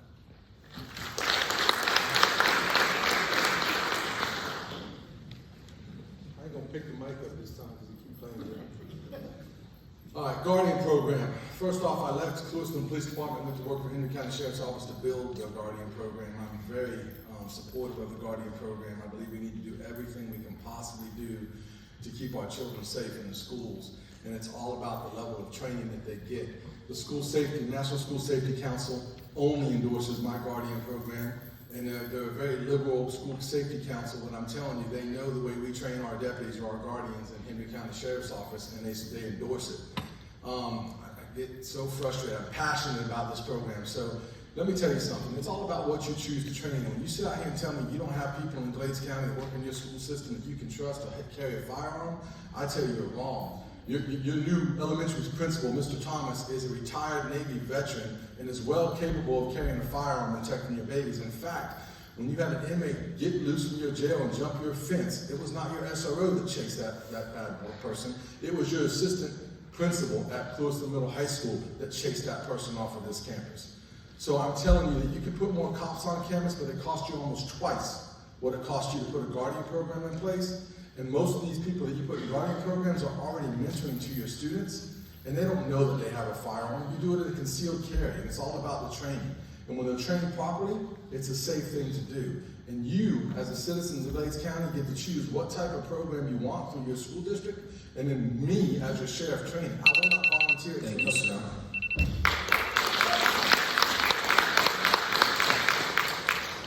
This question is for the city council candidates. Do you have any ideas or plans for affordable housing for the city, not $1,500 apartments at the city park?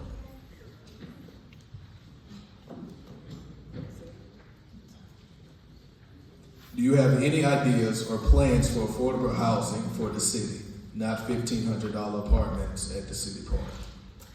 Oh, I would think getting grants. There's so many grants that's out there that can help with housing. And before we do that, we have to get our sewage fixed here in Glades County. Thank you.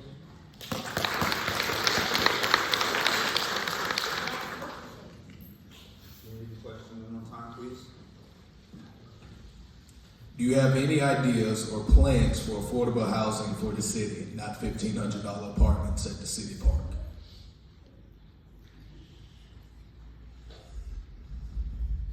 Well, the average rent in Moorhaven right now, 1 bedroom, 1 bath, is $1,100 to $1,500 now. When my second term, realized that the city of Moorhaven, we don't own a lot of property. The only property that the city of Moorhaven owns that's buildable is around the city park. Affordable housing was a thing, so through the help with the county, we started Habitat for Humanity in Glades County. We built 5 to 6 homes. And that program was very, very successful right up until COVID hit. We were fortunate enough to build one after COVID, but this is Habitat of Humanity for Charlotte County, and I'm happy to be part of that. And anytime they call with a piece of property that's available, we entertain them to come in and build a home. Thank you.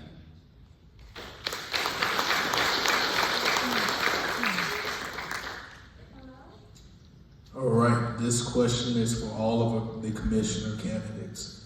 Do you know the Sunshine Law?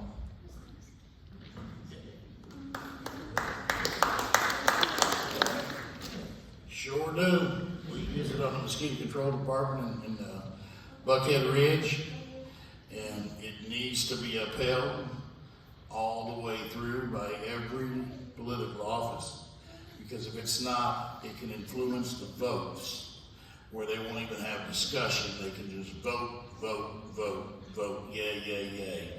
And it's not good not to abide by it.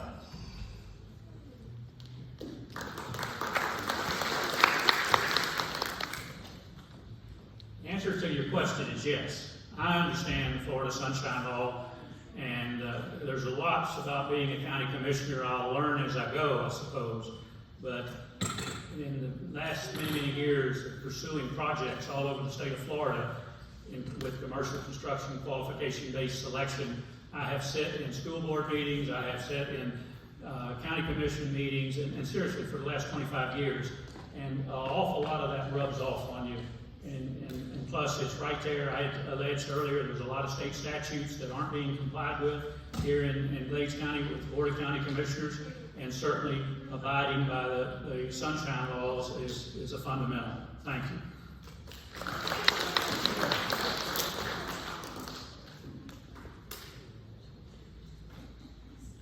As a county commissioner holding a public office, you're required to take sunshine law class every year. I think it's a 4-hour class. It's a pretty boring class, but it teaches you a lot on what you can do and what you can't do. But sunshine law is good. I mean, basically it got started because there were a lot of commissioners going up in the back room and they were making their own deals, and a lot of these, like I think it was up around Jacksonville, I can remember Brevard County. That's the county that was pretty much brought sunshine law, and they were making the deals with the developers in the back room, and they got caught. But sunshine law's hard. I mean, it's like trying to coach a football team and you can't talk to your assistant coaches because the only way you can talk to them is when you're on that podium, and that's when you talk to them, and that's pretty much the way it is. But everybody goes through it. But sunshine law is a good thing. I think the state legislatures ought to have to abide by the sunshine laws too.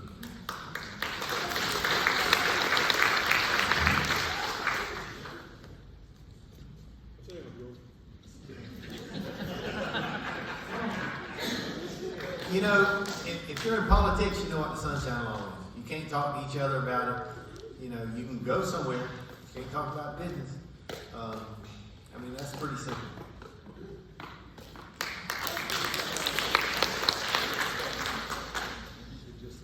Sunshine law is one of the most important laws that is put upon the county commission or any other state or county organization. The fact that you can't get behind closed doors and have meetings, that means there's transparency. You have to have those meetings in front of the county commission with recorded minutes where people can go back and look at what you've talked about, look about what you said. If you want to see some short county commission meetings, some short votes, go to our local county commissioner right here. They'll throw it out on the table. They'll go, yeah, right down the line. Ain't a whole lot of talking goes on up there. I personally, when I started going to the county commission meetings, I got in there and I'm watching this and I'm completely lost because they'll bring up a topic. There is no talking, no questions, no nothing. They vote, bam, everybody's unanimous. Let's get out of here. Sunshine law is to be followed for transparency, and Glades County needs transparency.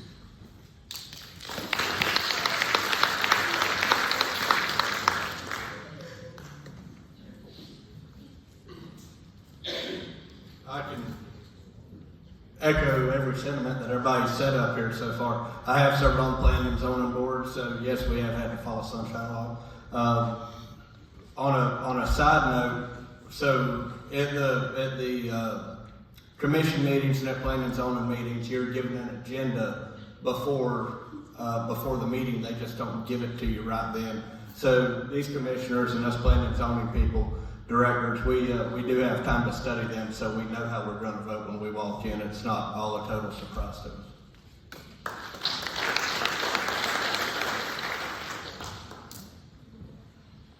About the same, kind of ditto what everybody else said. I understand the Florida law and or sunshine law, how important it is for not to be communicated. You make your own decisions. So pretty much follow up what everybody else said.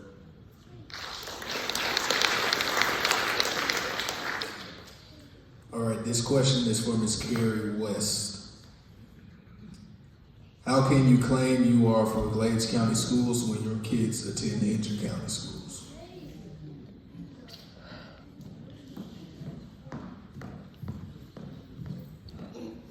First of all, that was a target, but I will answer that. So I moved 2 of my children to Hendry County. I moved my first grader who was going into 2nd grade, and I moved my 7th grader who was going into 8th grade. Here in Moorhaven, my 8th grader had ones across the board on her state test. We moved her to Hendry County and she has 8 points from a 5. I call that success. We changed the environment for her.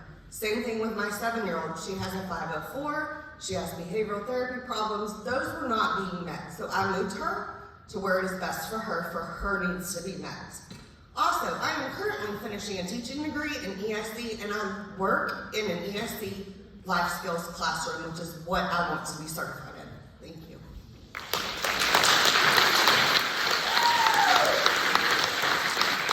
I know I'm supposed to be unbiased, but but that was a candidate and a mama answer. Just saying. This question is for Mr. Tim Stanley. Your opponent keeps stating the county has no 5-year plan. Is that true?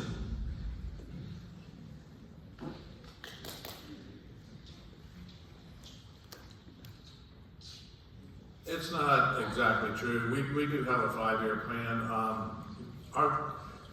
We have a 5-year plan through the state DOT where they scop and scrap funds, but the problem is for the last 3 or 4 years, we have been denied those funds.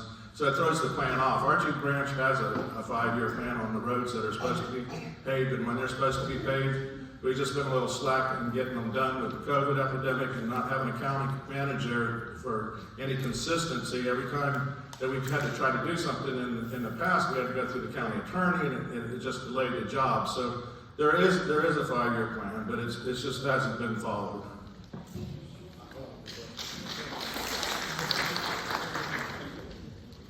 Listen, I got better things to do than come up here and feed you a lot of BS. You want facts? Go to your county court clerk's office, ask if there's a 5-year plan. When the last 5-year plan was set and accepted by the county commission was January 10th, 2017. Don't take my word for it. Go get it yourself. Don't take his word for it. Check. I promise you. Thank you.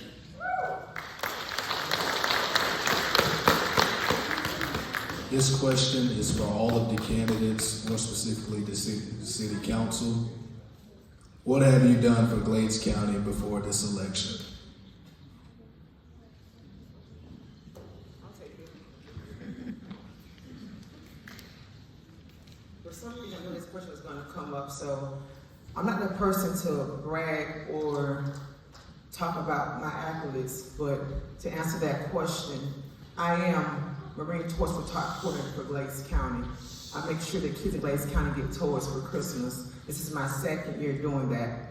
I sit on the board of directors for ALPI. ALPI is an organization that helps pay utility bills here in Glades County and in 6 other counties as well.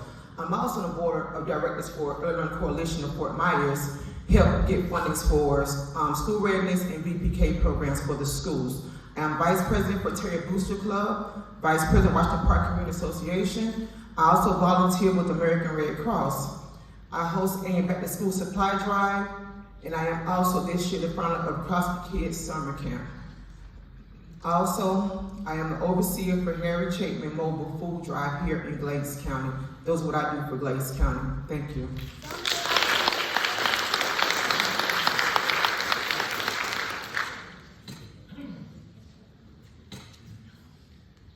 Wow, that's a good question. That takes me back. I moved to Moorhaven in the early 90s, 91. I didn't know anybody in Moorhaven. I was an employee at the B&B supermarket. I put groceries in a lot of y'all's cars back in the day. From that time, I didn't have any family here locally in the city of Moorhaven, and the residents of Glades County extended, I guess, it made me feel like family. And from that point early on, I've always decided that this was the place I needed to be.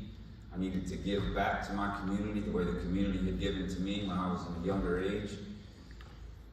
My kids went through the school system here. I've made my entire adult life in the city of Moorhaven. I've never worked anywhere else other than the city of Moorhaven. And I owe the city of Moorhaven and a lot of the faces that are in this room to where I'm at today. Thank you.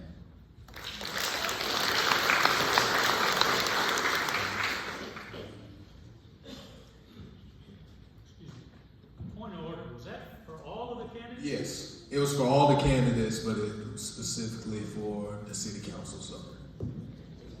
For the city council? Yes, but any candidate can answer.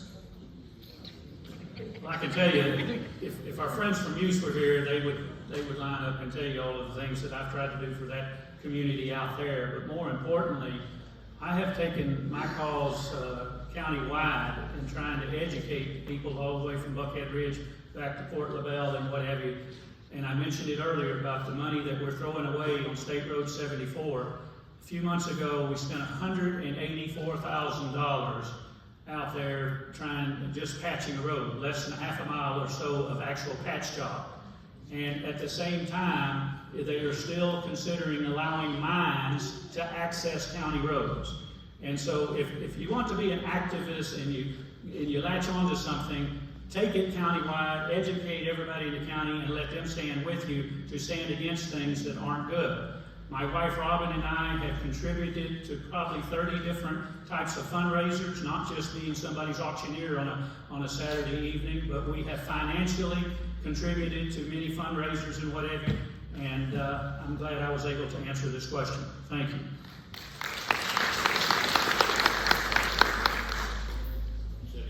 Question the other day.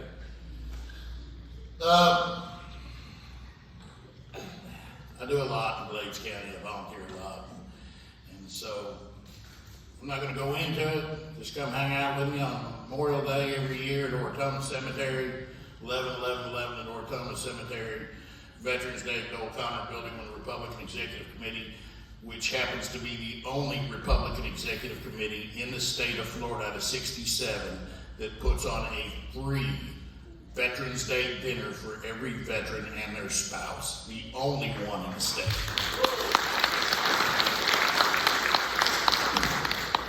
And I welcome any of you. This is definitely a plug.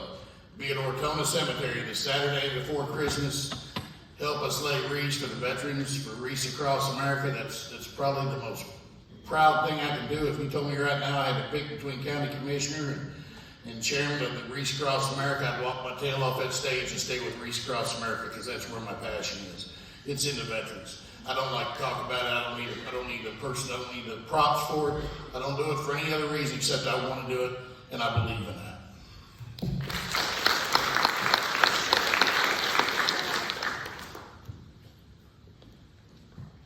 I donate to 4-H, I donate to FFA, I go to just about every community event that's around and every community meeting that's available. But I hand out food once a month up to the needy in Buckhead Bridge. I'm involved all over the place, but just to come back on this 5-year plan. So I told you we adopted one in 2017, so that took us to 2022. This is only 2024, and we didn't get done what we were supposed to get done before then. So you still have the same 5 plan, it's just rolling over. But so yeah, there is a plan out there.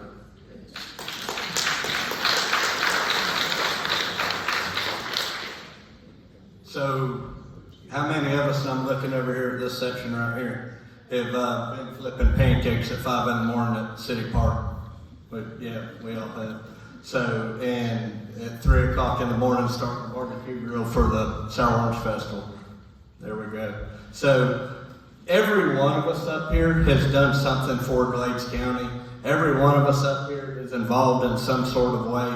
Like I said in Muse, whether it's through Glades Livestock or EDC or Terrier Boosters, your local church, 4-H FFA, anything like that. We're all heavily involved. If we weren't, we wouldn't be wanting to do this right now. Thank you.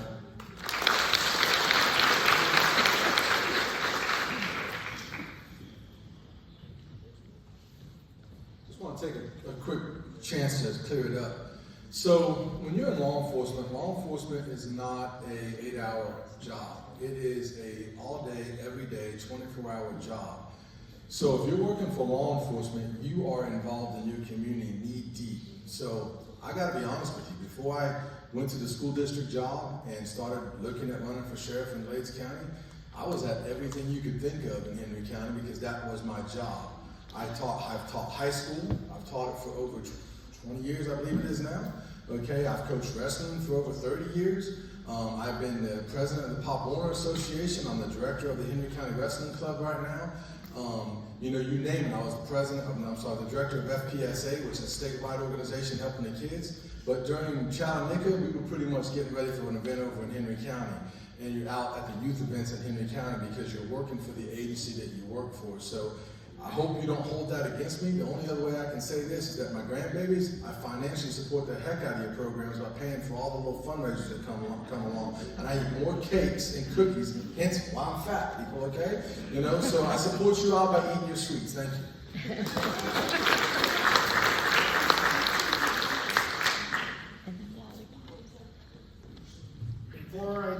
join law enforcement. I had a Captain Hill from Glades County Sheriff Office, used to come to the restaurant back in 2004. He was constantly asking me to join the sheriff office, and I kept telling him no, that is not something that I want to do. However, during the time that I had the restaurant, I would donate, support, anything that had to do with the community. To this day, before even deciding to run, I did a lot for this community, and I will continue to do for this community, elected or not. I have been here, painted the schools, donated, worked the concession stand, helped out with the coaching for the baseball teams and stuff like that. So again, guys, don't think that I have not been involved when it comes to the community. It's way before even trying to run for some type of office. I have been there.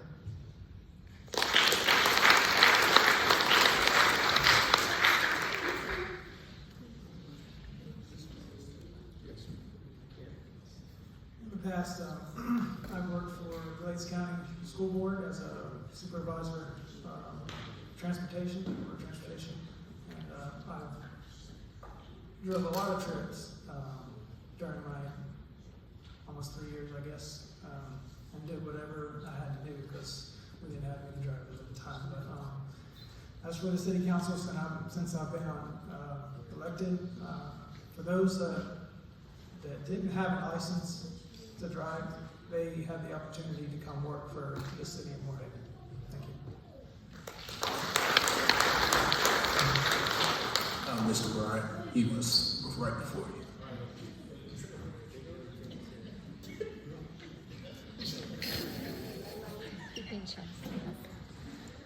When I heard the question, I just started listening a few things. I want to say first that I've lived in Glades County all 57 years of my life. 25 of those years were in Ortona, and the last 32 on Marshall Field Road.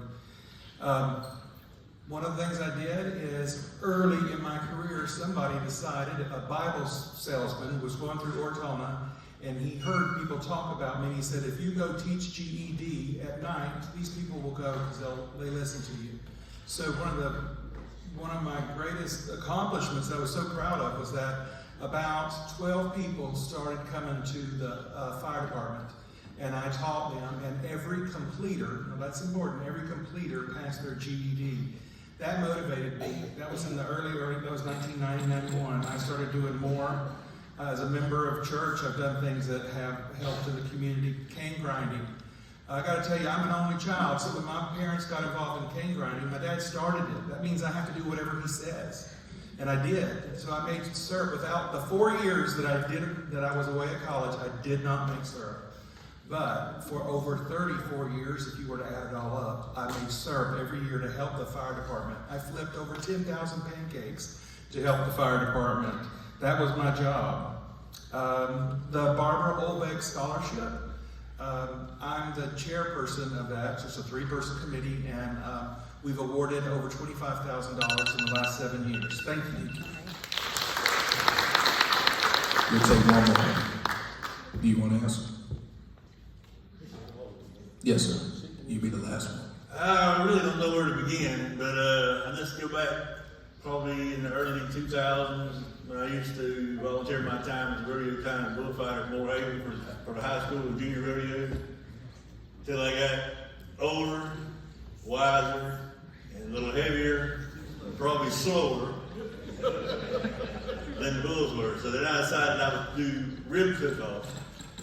I'm going to guess to say probably 15, 18 years we put that on, from a rib cook-off to a wing. We call it the wing thing. And every dime that was brought in was donated back to the school in some way, shape, or form, whether it was a project graduation. One year I was so proud to give all the money we raised to give to the kindergarten teachers, to split up between all of them. But I felt like it was just not right for them to be taking money out of their pocket, because we got some of the greatest teachers in Florida. I didn't want to go outside of Florida, but just Florida. But I have donated my time and served $1,000 back to that school that I'm not only proud of, I also had a good time doing it. Thank you.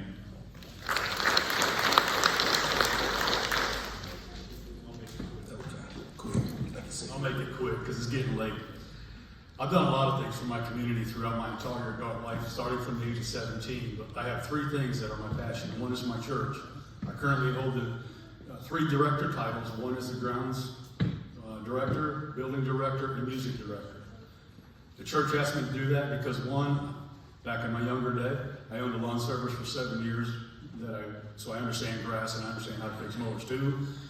You know, my father taught me construction, all my brothers, and then I built from there. I've renovated 14 homes and I've built 3 from the ground up, all still being a cop. The music side of it is, I've been singing for the last 20 years and I currently do karaoke on the side to make a little extra money. So my feelings is, if Henry County has a singing sheriff, if it helps me get elected, I can bring that to Glades. Okay? And the other thing is our youth. My time in Henry County, I was the Explorer Advisor. I did that for I think it was like 2 or 3 years. Love those kids. Then you look into the disability of children. Like I said, my daughter's mentally handicapped. While I was in Polk County for 6 years, I was an executive director for Sertoma Camp in Denver, which is a deaf camp. I ran that place on a part-time basis. I was able to do it from home for the most part. But during the summer when camp was going on, I literally was putting in like 120 hours a week for about a month to 6 weeks at a time. Thank you. That's it, Mr. George. I gotta move on to the next question. We'll be here all night. It's already 8 o'clock. Our next question is for the superintendent candidates. Previously, there were plans for the school district to help with the teacher housing issue. With as much land as the school district owns, couldn't we look into building our own?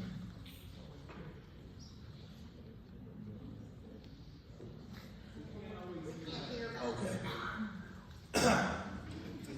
Previously, there were plans for the school district to help with the teacher housing issue. With as much land as the school district owns, couldn't we look into building our own?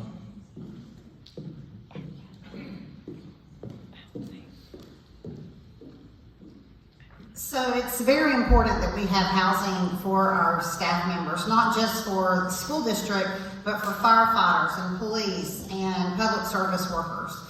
Currently, we are compiling an RFQ for just to get proposals to see what different contractors could offer. I do think that it is a good idea that we offer this type of housing, but it's something that we have to do in conjunction with all the other entities in Glades County. It just can't be a school district initiative. We have to work hand in hand with our county commissioners in our city. And that's something that comes through forging that partnership and having that open transparency and communication with them.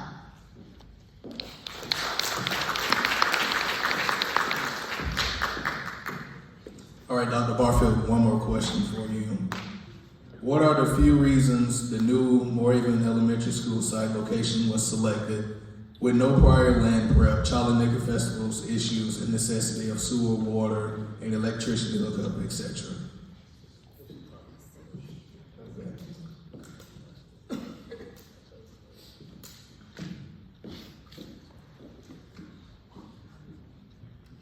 Okay, the question is, what are a few reasons the new Moorhead Elementary School site location was selected?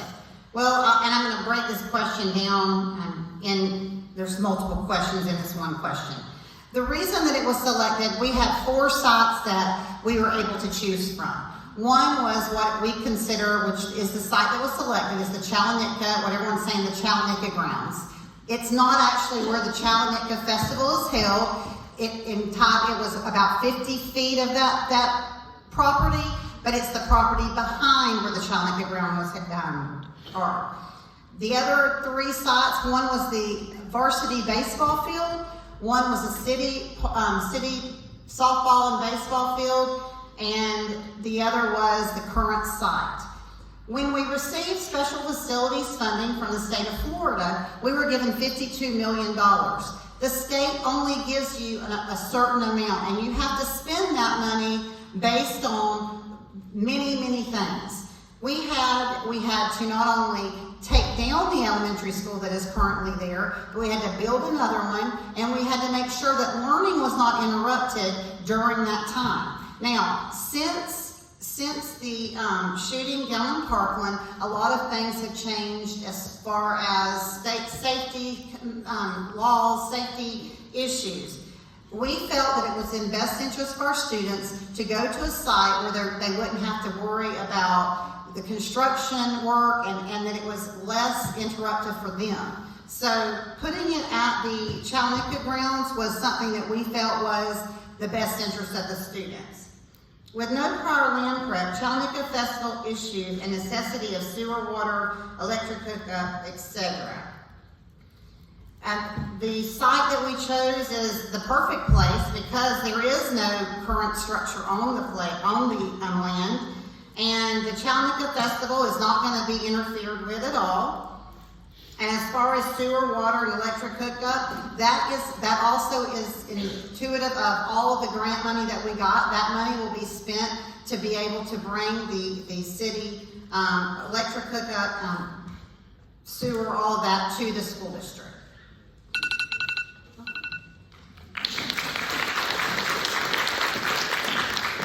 Another superintendent question. How can or does district help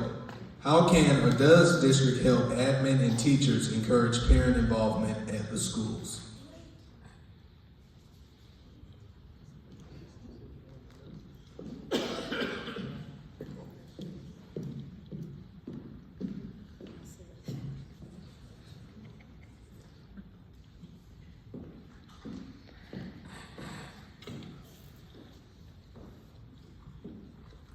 So I would have to say that this question is different for each level that you were at. Our schools do a great job of communicating with their parents, but there's always room for improvement. I know there was several times over the past 4 years that I was like, oh, I wish we would have handled it this way. Of course, hindsight is always better, but I can tell you that as far as communicating, I know our teachers doing a phenomenal job at reaching out to parents. They are always seeing them out in the community, or all these community events that everyone was talking about. That's very important because you want to see your teachers involved. You want to see them getting involved with students. And as far as administrators go, I can speak for myself. I'm probably the only superintendent in the state of Florida that gives out my personal cell phone. I will take calls 24/7, and I have taken calls 24/7. I try my very best to communicate with everyone.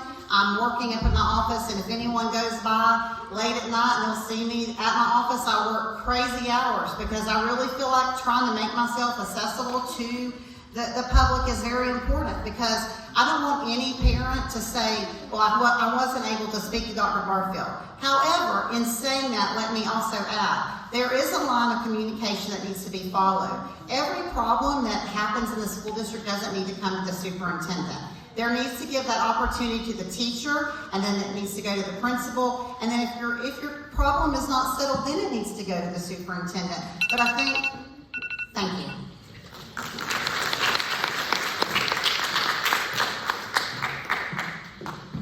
All right, we have another superintendent question. Yeah, I got two more for you.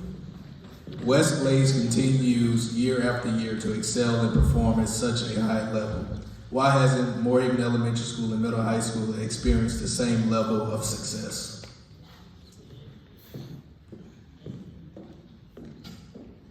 I think all of our schools are seeing improvement, and I think that Moorhaven Elementary has done a great job of doing things that up against obstacles that many schools across Florida have not had to deal with. One is a change in leadership, many different reasons why that happened, but it's not the kids' fault. And that's the one thing that people need to understand, is that the teachers at that school are what's keeping that school going. They have given up everything, and they are there all hours. They're there for the parents, they're there for the students. I think that one thing that the data also doesn't really show, or that people don't really realize, is that it's also about gain scores. And when they determine what the school grade is, there's a determining factor of how a school, where they start and where they end. I would bet money that Moorhaven Elementary has some of the highest gain scores in our district. And that's because the teachers are putting in the extra effort. Not saying anything against Westglades teachers because they're doing a phenomenal job. But I think that it's really sad that in our district that we pit each school against the other. We are not a school of districts. We are a district with one school, and we need to all be in the same team. It shouldn't be where Moorhaven is up against Westglades. And I can tell you, we stopped doing that when we started having planning across the district, and that just started this 2 years ago. Thank you. Ms. Landale, would you like to answer? Would you like to answer? Okay.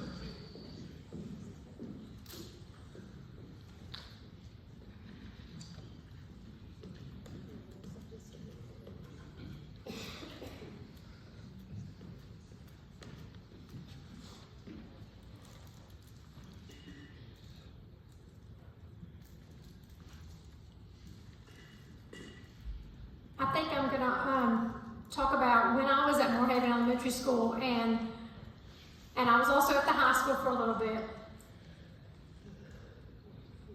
I think that the curriculum that we used when I was the principal, you had Westglades that did theirs, you had Moorhaven did theirs, and then you had Moorhaven High School, and it's kind of unique because we have 3 separate schools. We have a K to 8 school out at Westglades, we have a K to 5 school here, and then we have a 6th through 12th grade. So it's so hard for everybody to come together sometimes because of the difference. If you get to both elementary schools there, then you have middle school that sits, and then if you have, you get them all together. I think that everybody should work together to be sure that everything is provided the same across the district. It shouldn't be what we're doing here and what we're doing there. It should be the same no matter if you're in kindergarten in Westglades or over here, or if you're in 7th grade at Westglades or in 7th grade over in Moorhaven.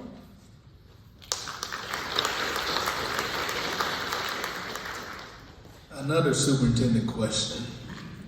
Often, with district staff having served as teachers in the past, do you currently, Dr. Barfield, or will you, Mrs. Langdale, have distinct district staff cover and help in classrooms as subs during teachers' absences during widespread sickness or overlapping emergencies?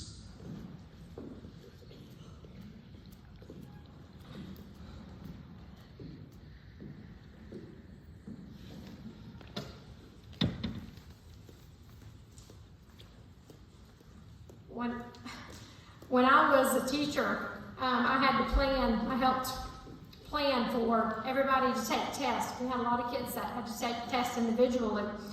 And at the time, Mr. Oh my gosh, I've lost his name. He was the superintendent. Mr. Aldridge come over every Thursday for his newspaper. And he come over one day and I said, "What are you doing next week?" And he said, "I don't know, what do you need?" And I said, "I need somebody to test a kid." So I made him come over, I made all of the district office come over, and I was just a teacher at that point. So yes, I will definitely have staff they should be able to serve, and they need to know what's happening in those classrooms. They need to know what's going on in the lunchroom. They need to know what's going on in car pickup. And I'm the first one to tell you, I love some car pickup and drop off, and I will be helping myself.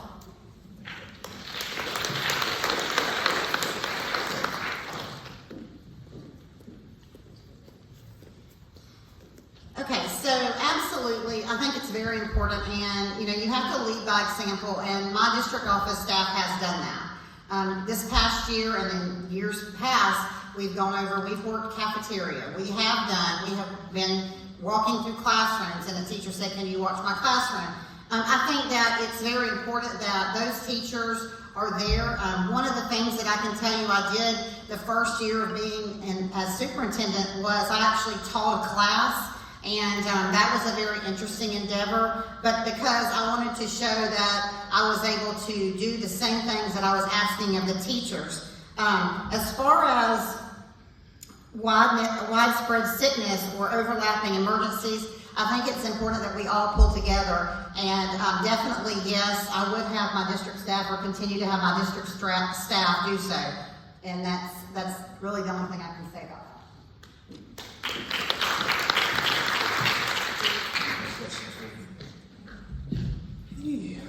It has been said that the schools do not yet have budgets and teacher allocations with school starting in just a few weeks. Please explain how schools are to adequately plan for teachers and students without that information.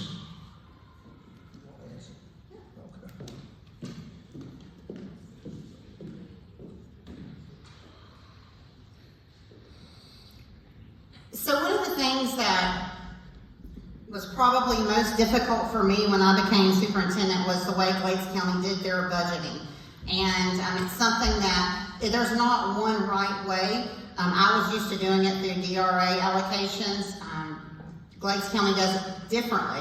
One of the things that we are switching to is where there is a project codes, and each school does have their budget.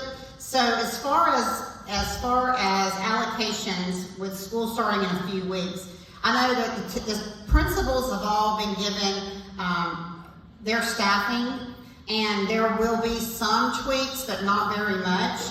We do have a constant conversation with those principals in order to kind of make sure that they are, telling us what their wants and needs are. Once a month we meet, and I ask them, what are some things that you need? And that's daily, though, I'm speaking to them.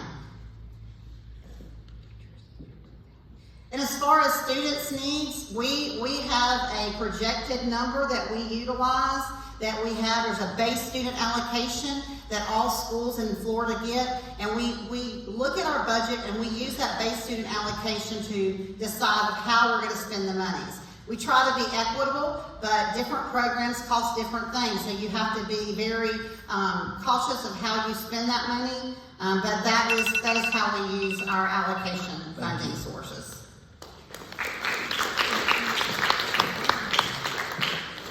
All right, moving on to the sheriff. Whew. All right, you talk about the road deputy. What about the officers inside the jail? How can you improve the short staff from being overworked?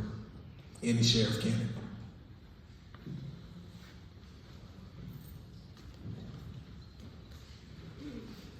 Being a prior corrections officer up in Polk County, I do understand that job and the difficulty of the job. Now, it's changed a lot since I left corrections in '93, but it goes right back to hiring the good corrections officers, retaining them, treating them with respect, not treating them like a number. Now, it's been said about the pay, yes. A lot of them don't come here for the pay, they come here for the experience.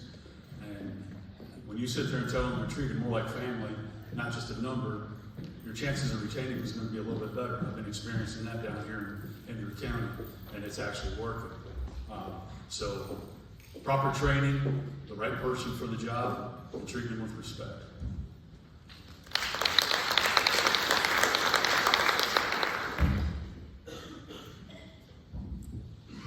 I come from inside the jail. I did about 10 years before I decided to go to the road, and I'll tell you that we was always short-handed. However, there was times where, listen, honestly, we're gonna have to look at the budget, just to try to even look and see if we can even put other people in. Correction officers are usually the redheaded stepchild. They're forgotten, okay? So they usually try to put more deputies on the road than inside correction. There was times where I used to say, hey, we need more correction officers inside the jail. They'll tell me if I'm an advocate for the jail, and I used to say yes, because that's where I came from. I know where my roots are at. That's where I started. So I'm gonna be looking into the budget just to make sure that we can even hire. I know that question probably came from one of our corrections that's probably sitting around here, but they are forgotten, and I would like to look into that to make sure that we have the proper staff.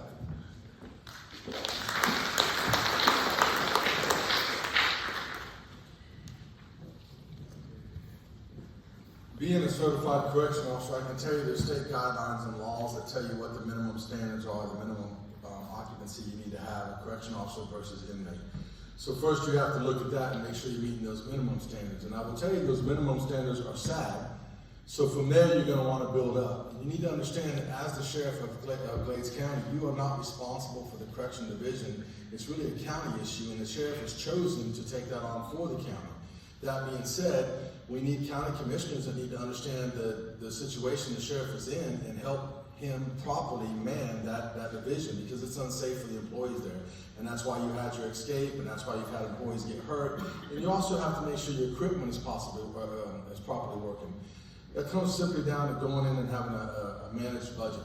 One thing I know is a problem for me is the way I understand it, correctional officers are getting paid less than a regular deputy, and they're the same thing. It shouldn't be done that way, and you got to make them feel like they're part of the solution instead of redheaded stepchilds like Tico said. So again, until we get in there and get the breakdown of this entire budget, you have 4 lieutenants right now running a 65-man facility. You need 4 lieutenants for a 65-man facility. There's some serious budget issues you need to look at and how your money is being dispersed and how many more manpower you can put on if you properly budget and pay what you should be. Thank you.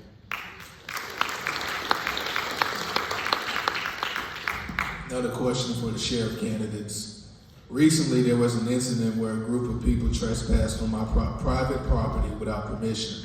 We obtained video evidence where the group was hunting and drinking on our property, and it was brought to the attention of the sheriff's department. Nothing was done, and we never heard back. How would you have handled this situation compared to the current leadership?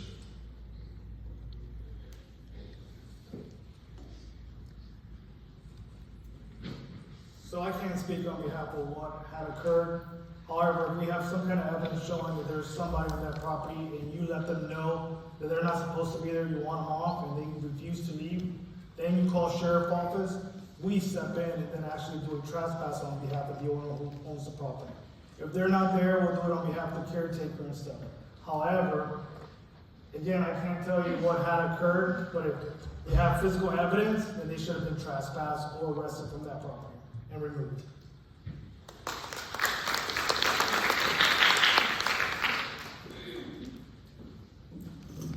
We deal with this a lot down in Hendry with U.S. Sugar property. People are always trespassing, fishing, and hunting. And they have their own private security. We go out there. If they want to press charges because they have those guns, they get arrested for armed trespassing, which is a felony.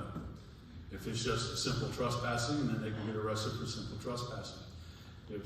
Why the sheriff's office didn't show up or not call back, that's not good. That's unacceptable. When you call for service, we're obligated to provide that service. If it's out in the middle of the woods out here, of course, we're going to call FWC to assist because that's more their expertise than it is a road deputies. But we will go out there. We're here to serve you.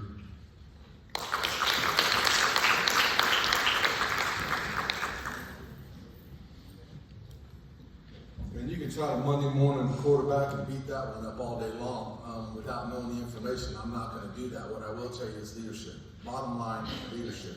Hold your people responsible. But in the same case, if you're not properly training your employees, if you're not getting out there and educating them, and they do not know what to do, then that really falls back on you. And I apologize to you as a Glades County citizens because I know we're not getting phone calls answered. I know we're not getting things taken care of, and that's another reason why I'm running for your sheriff. If you're called with a complaint to me, I promise you, you will get a phone call back. You will know the solution. You may not like my answer, but you'll know the answer. And then we can have an educated discussion on what the possibilities are. We won't be getting blindsided with questions like this because me and you would have worked it out already in the office. Both those candidates told you facts of what a trespass is, and if you have evidence of a trespass, for you not to follow up and file a case, it's just neglect, and it shouldn't be tolerated.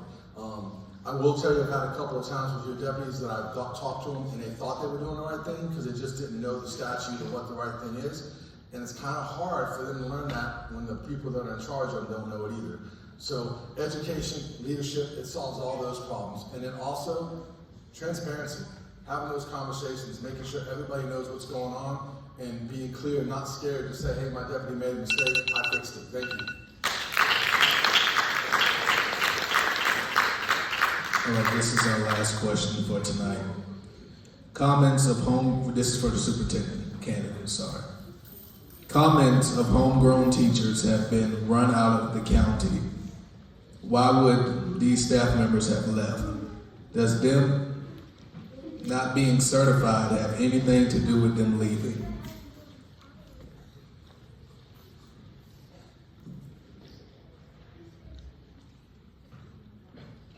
No. Okay.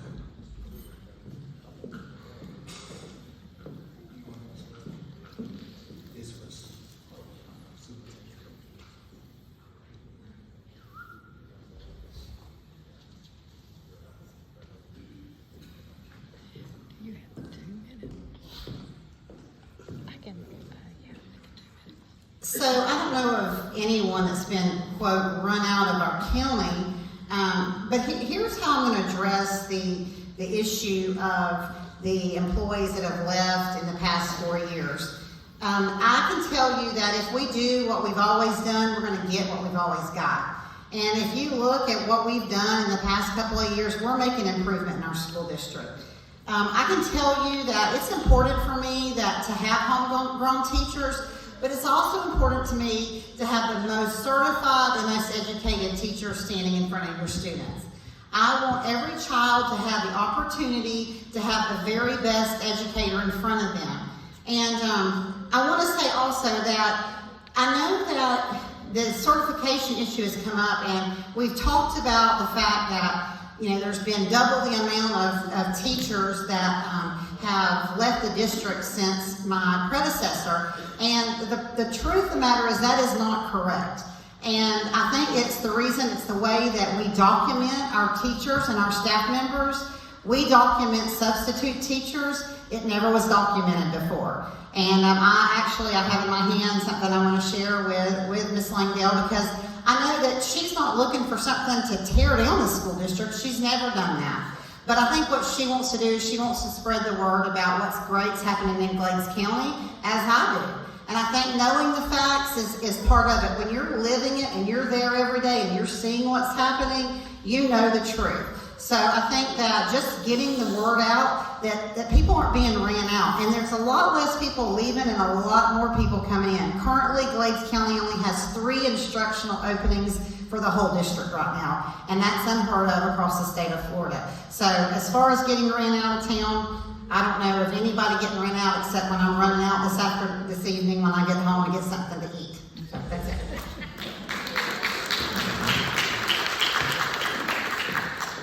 All right, that is all of our questions for tonight. But before we leave, we have the Republican Party would like to make a statement. They will be given 2 minutes to speak. I don't need 2 minutes. This is what I want to tell you. Everybody and I'm speaking as just as chairman of the Republican Party, it's not doing what just went on. Everybody up here, we got to know each other, most of us. Jeff Barnes is actually pretty funny on stage. He's really hilarious. Tim Stanley, and he can drink some Mick Alter. We drink plenty together. The point is politically we may have differences, but personally there's nothing. None of these are personal questions, none of these are personal attacks. And I just want to clarify that because I was explained by the Republican Party of Florida chair the other day that we need to make sure that we start our getting along at home over national. And with what happened Saturday, like I said, it doesn't matter what party you are. At the end of the day, we're all Americans. We all have passion. We all have our beliefs. So just look after your neighbors. Don't criticize them because you don't like their beliefs. You want to have a friendly debate, have a friendly debate. But don't let it get hateful. Don't let it get violent. Don't get mad just because you don't agree.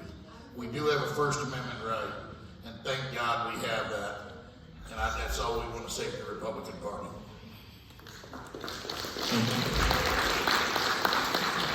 If there is someone on behalf of the Democratic Party that would like to speak, you also have 2 minutes to speak at this time. All right. Thank you all for coming this evening. I hope you are informed on who your choices are. Video for all of the rallies have been uploaded to the Glades County Supervisor of Elections YouTube channel. Before everyone leaves, if you can just pause for one moment. We want to have a closing prayer. So may the Lord watch between me and thee while we are absent one from another. In Jesus' name we pray. Amen. Let's give the narrator a hand.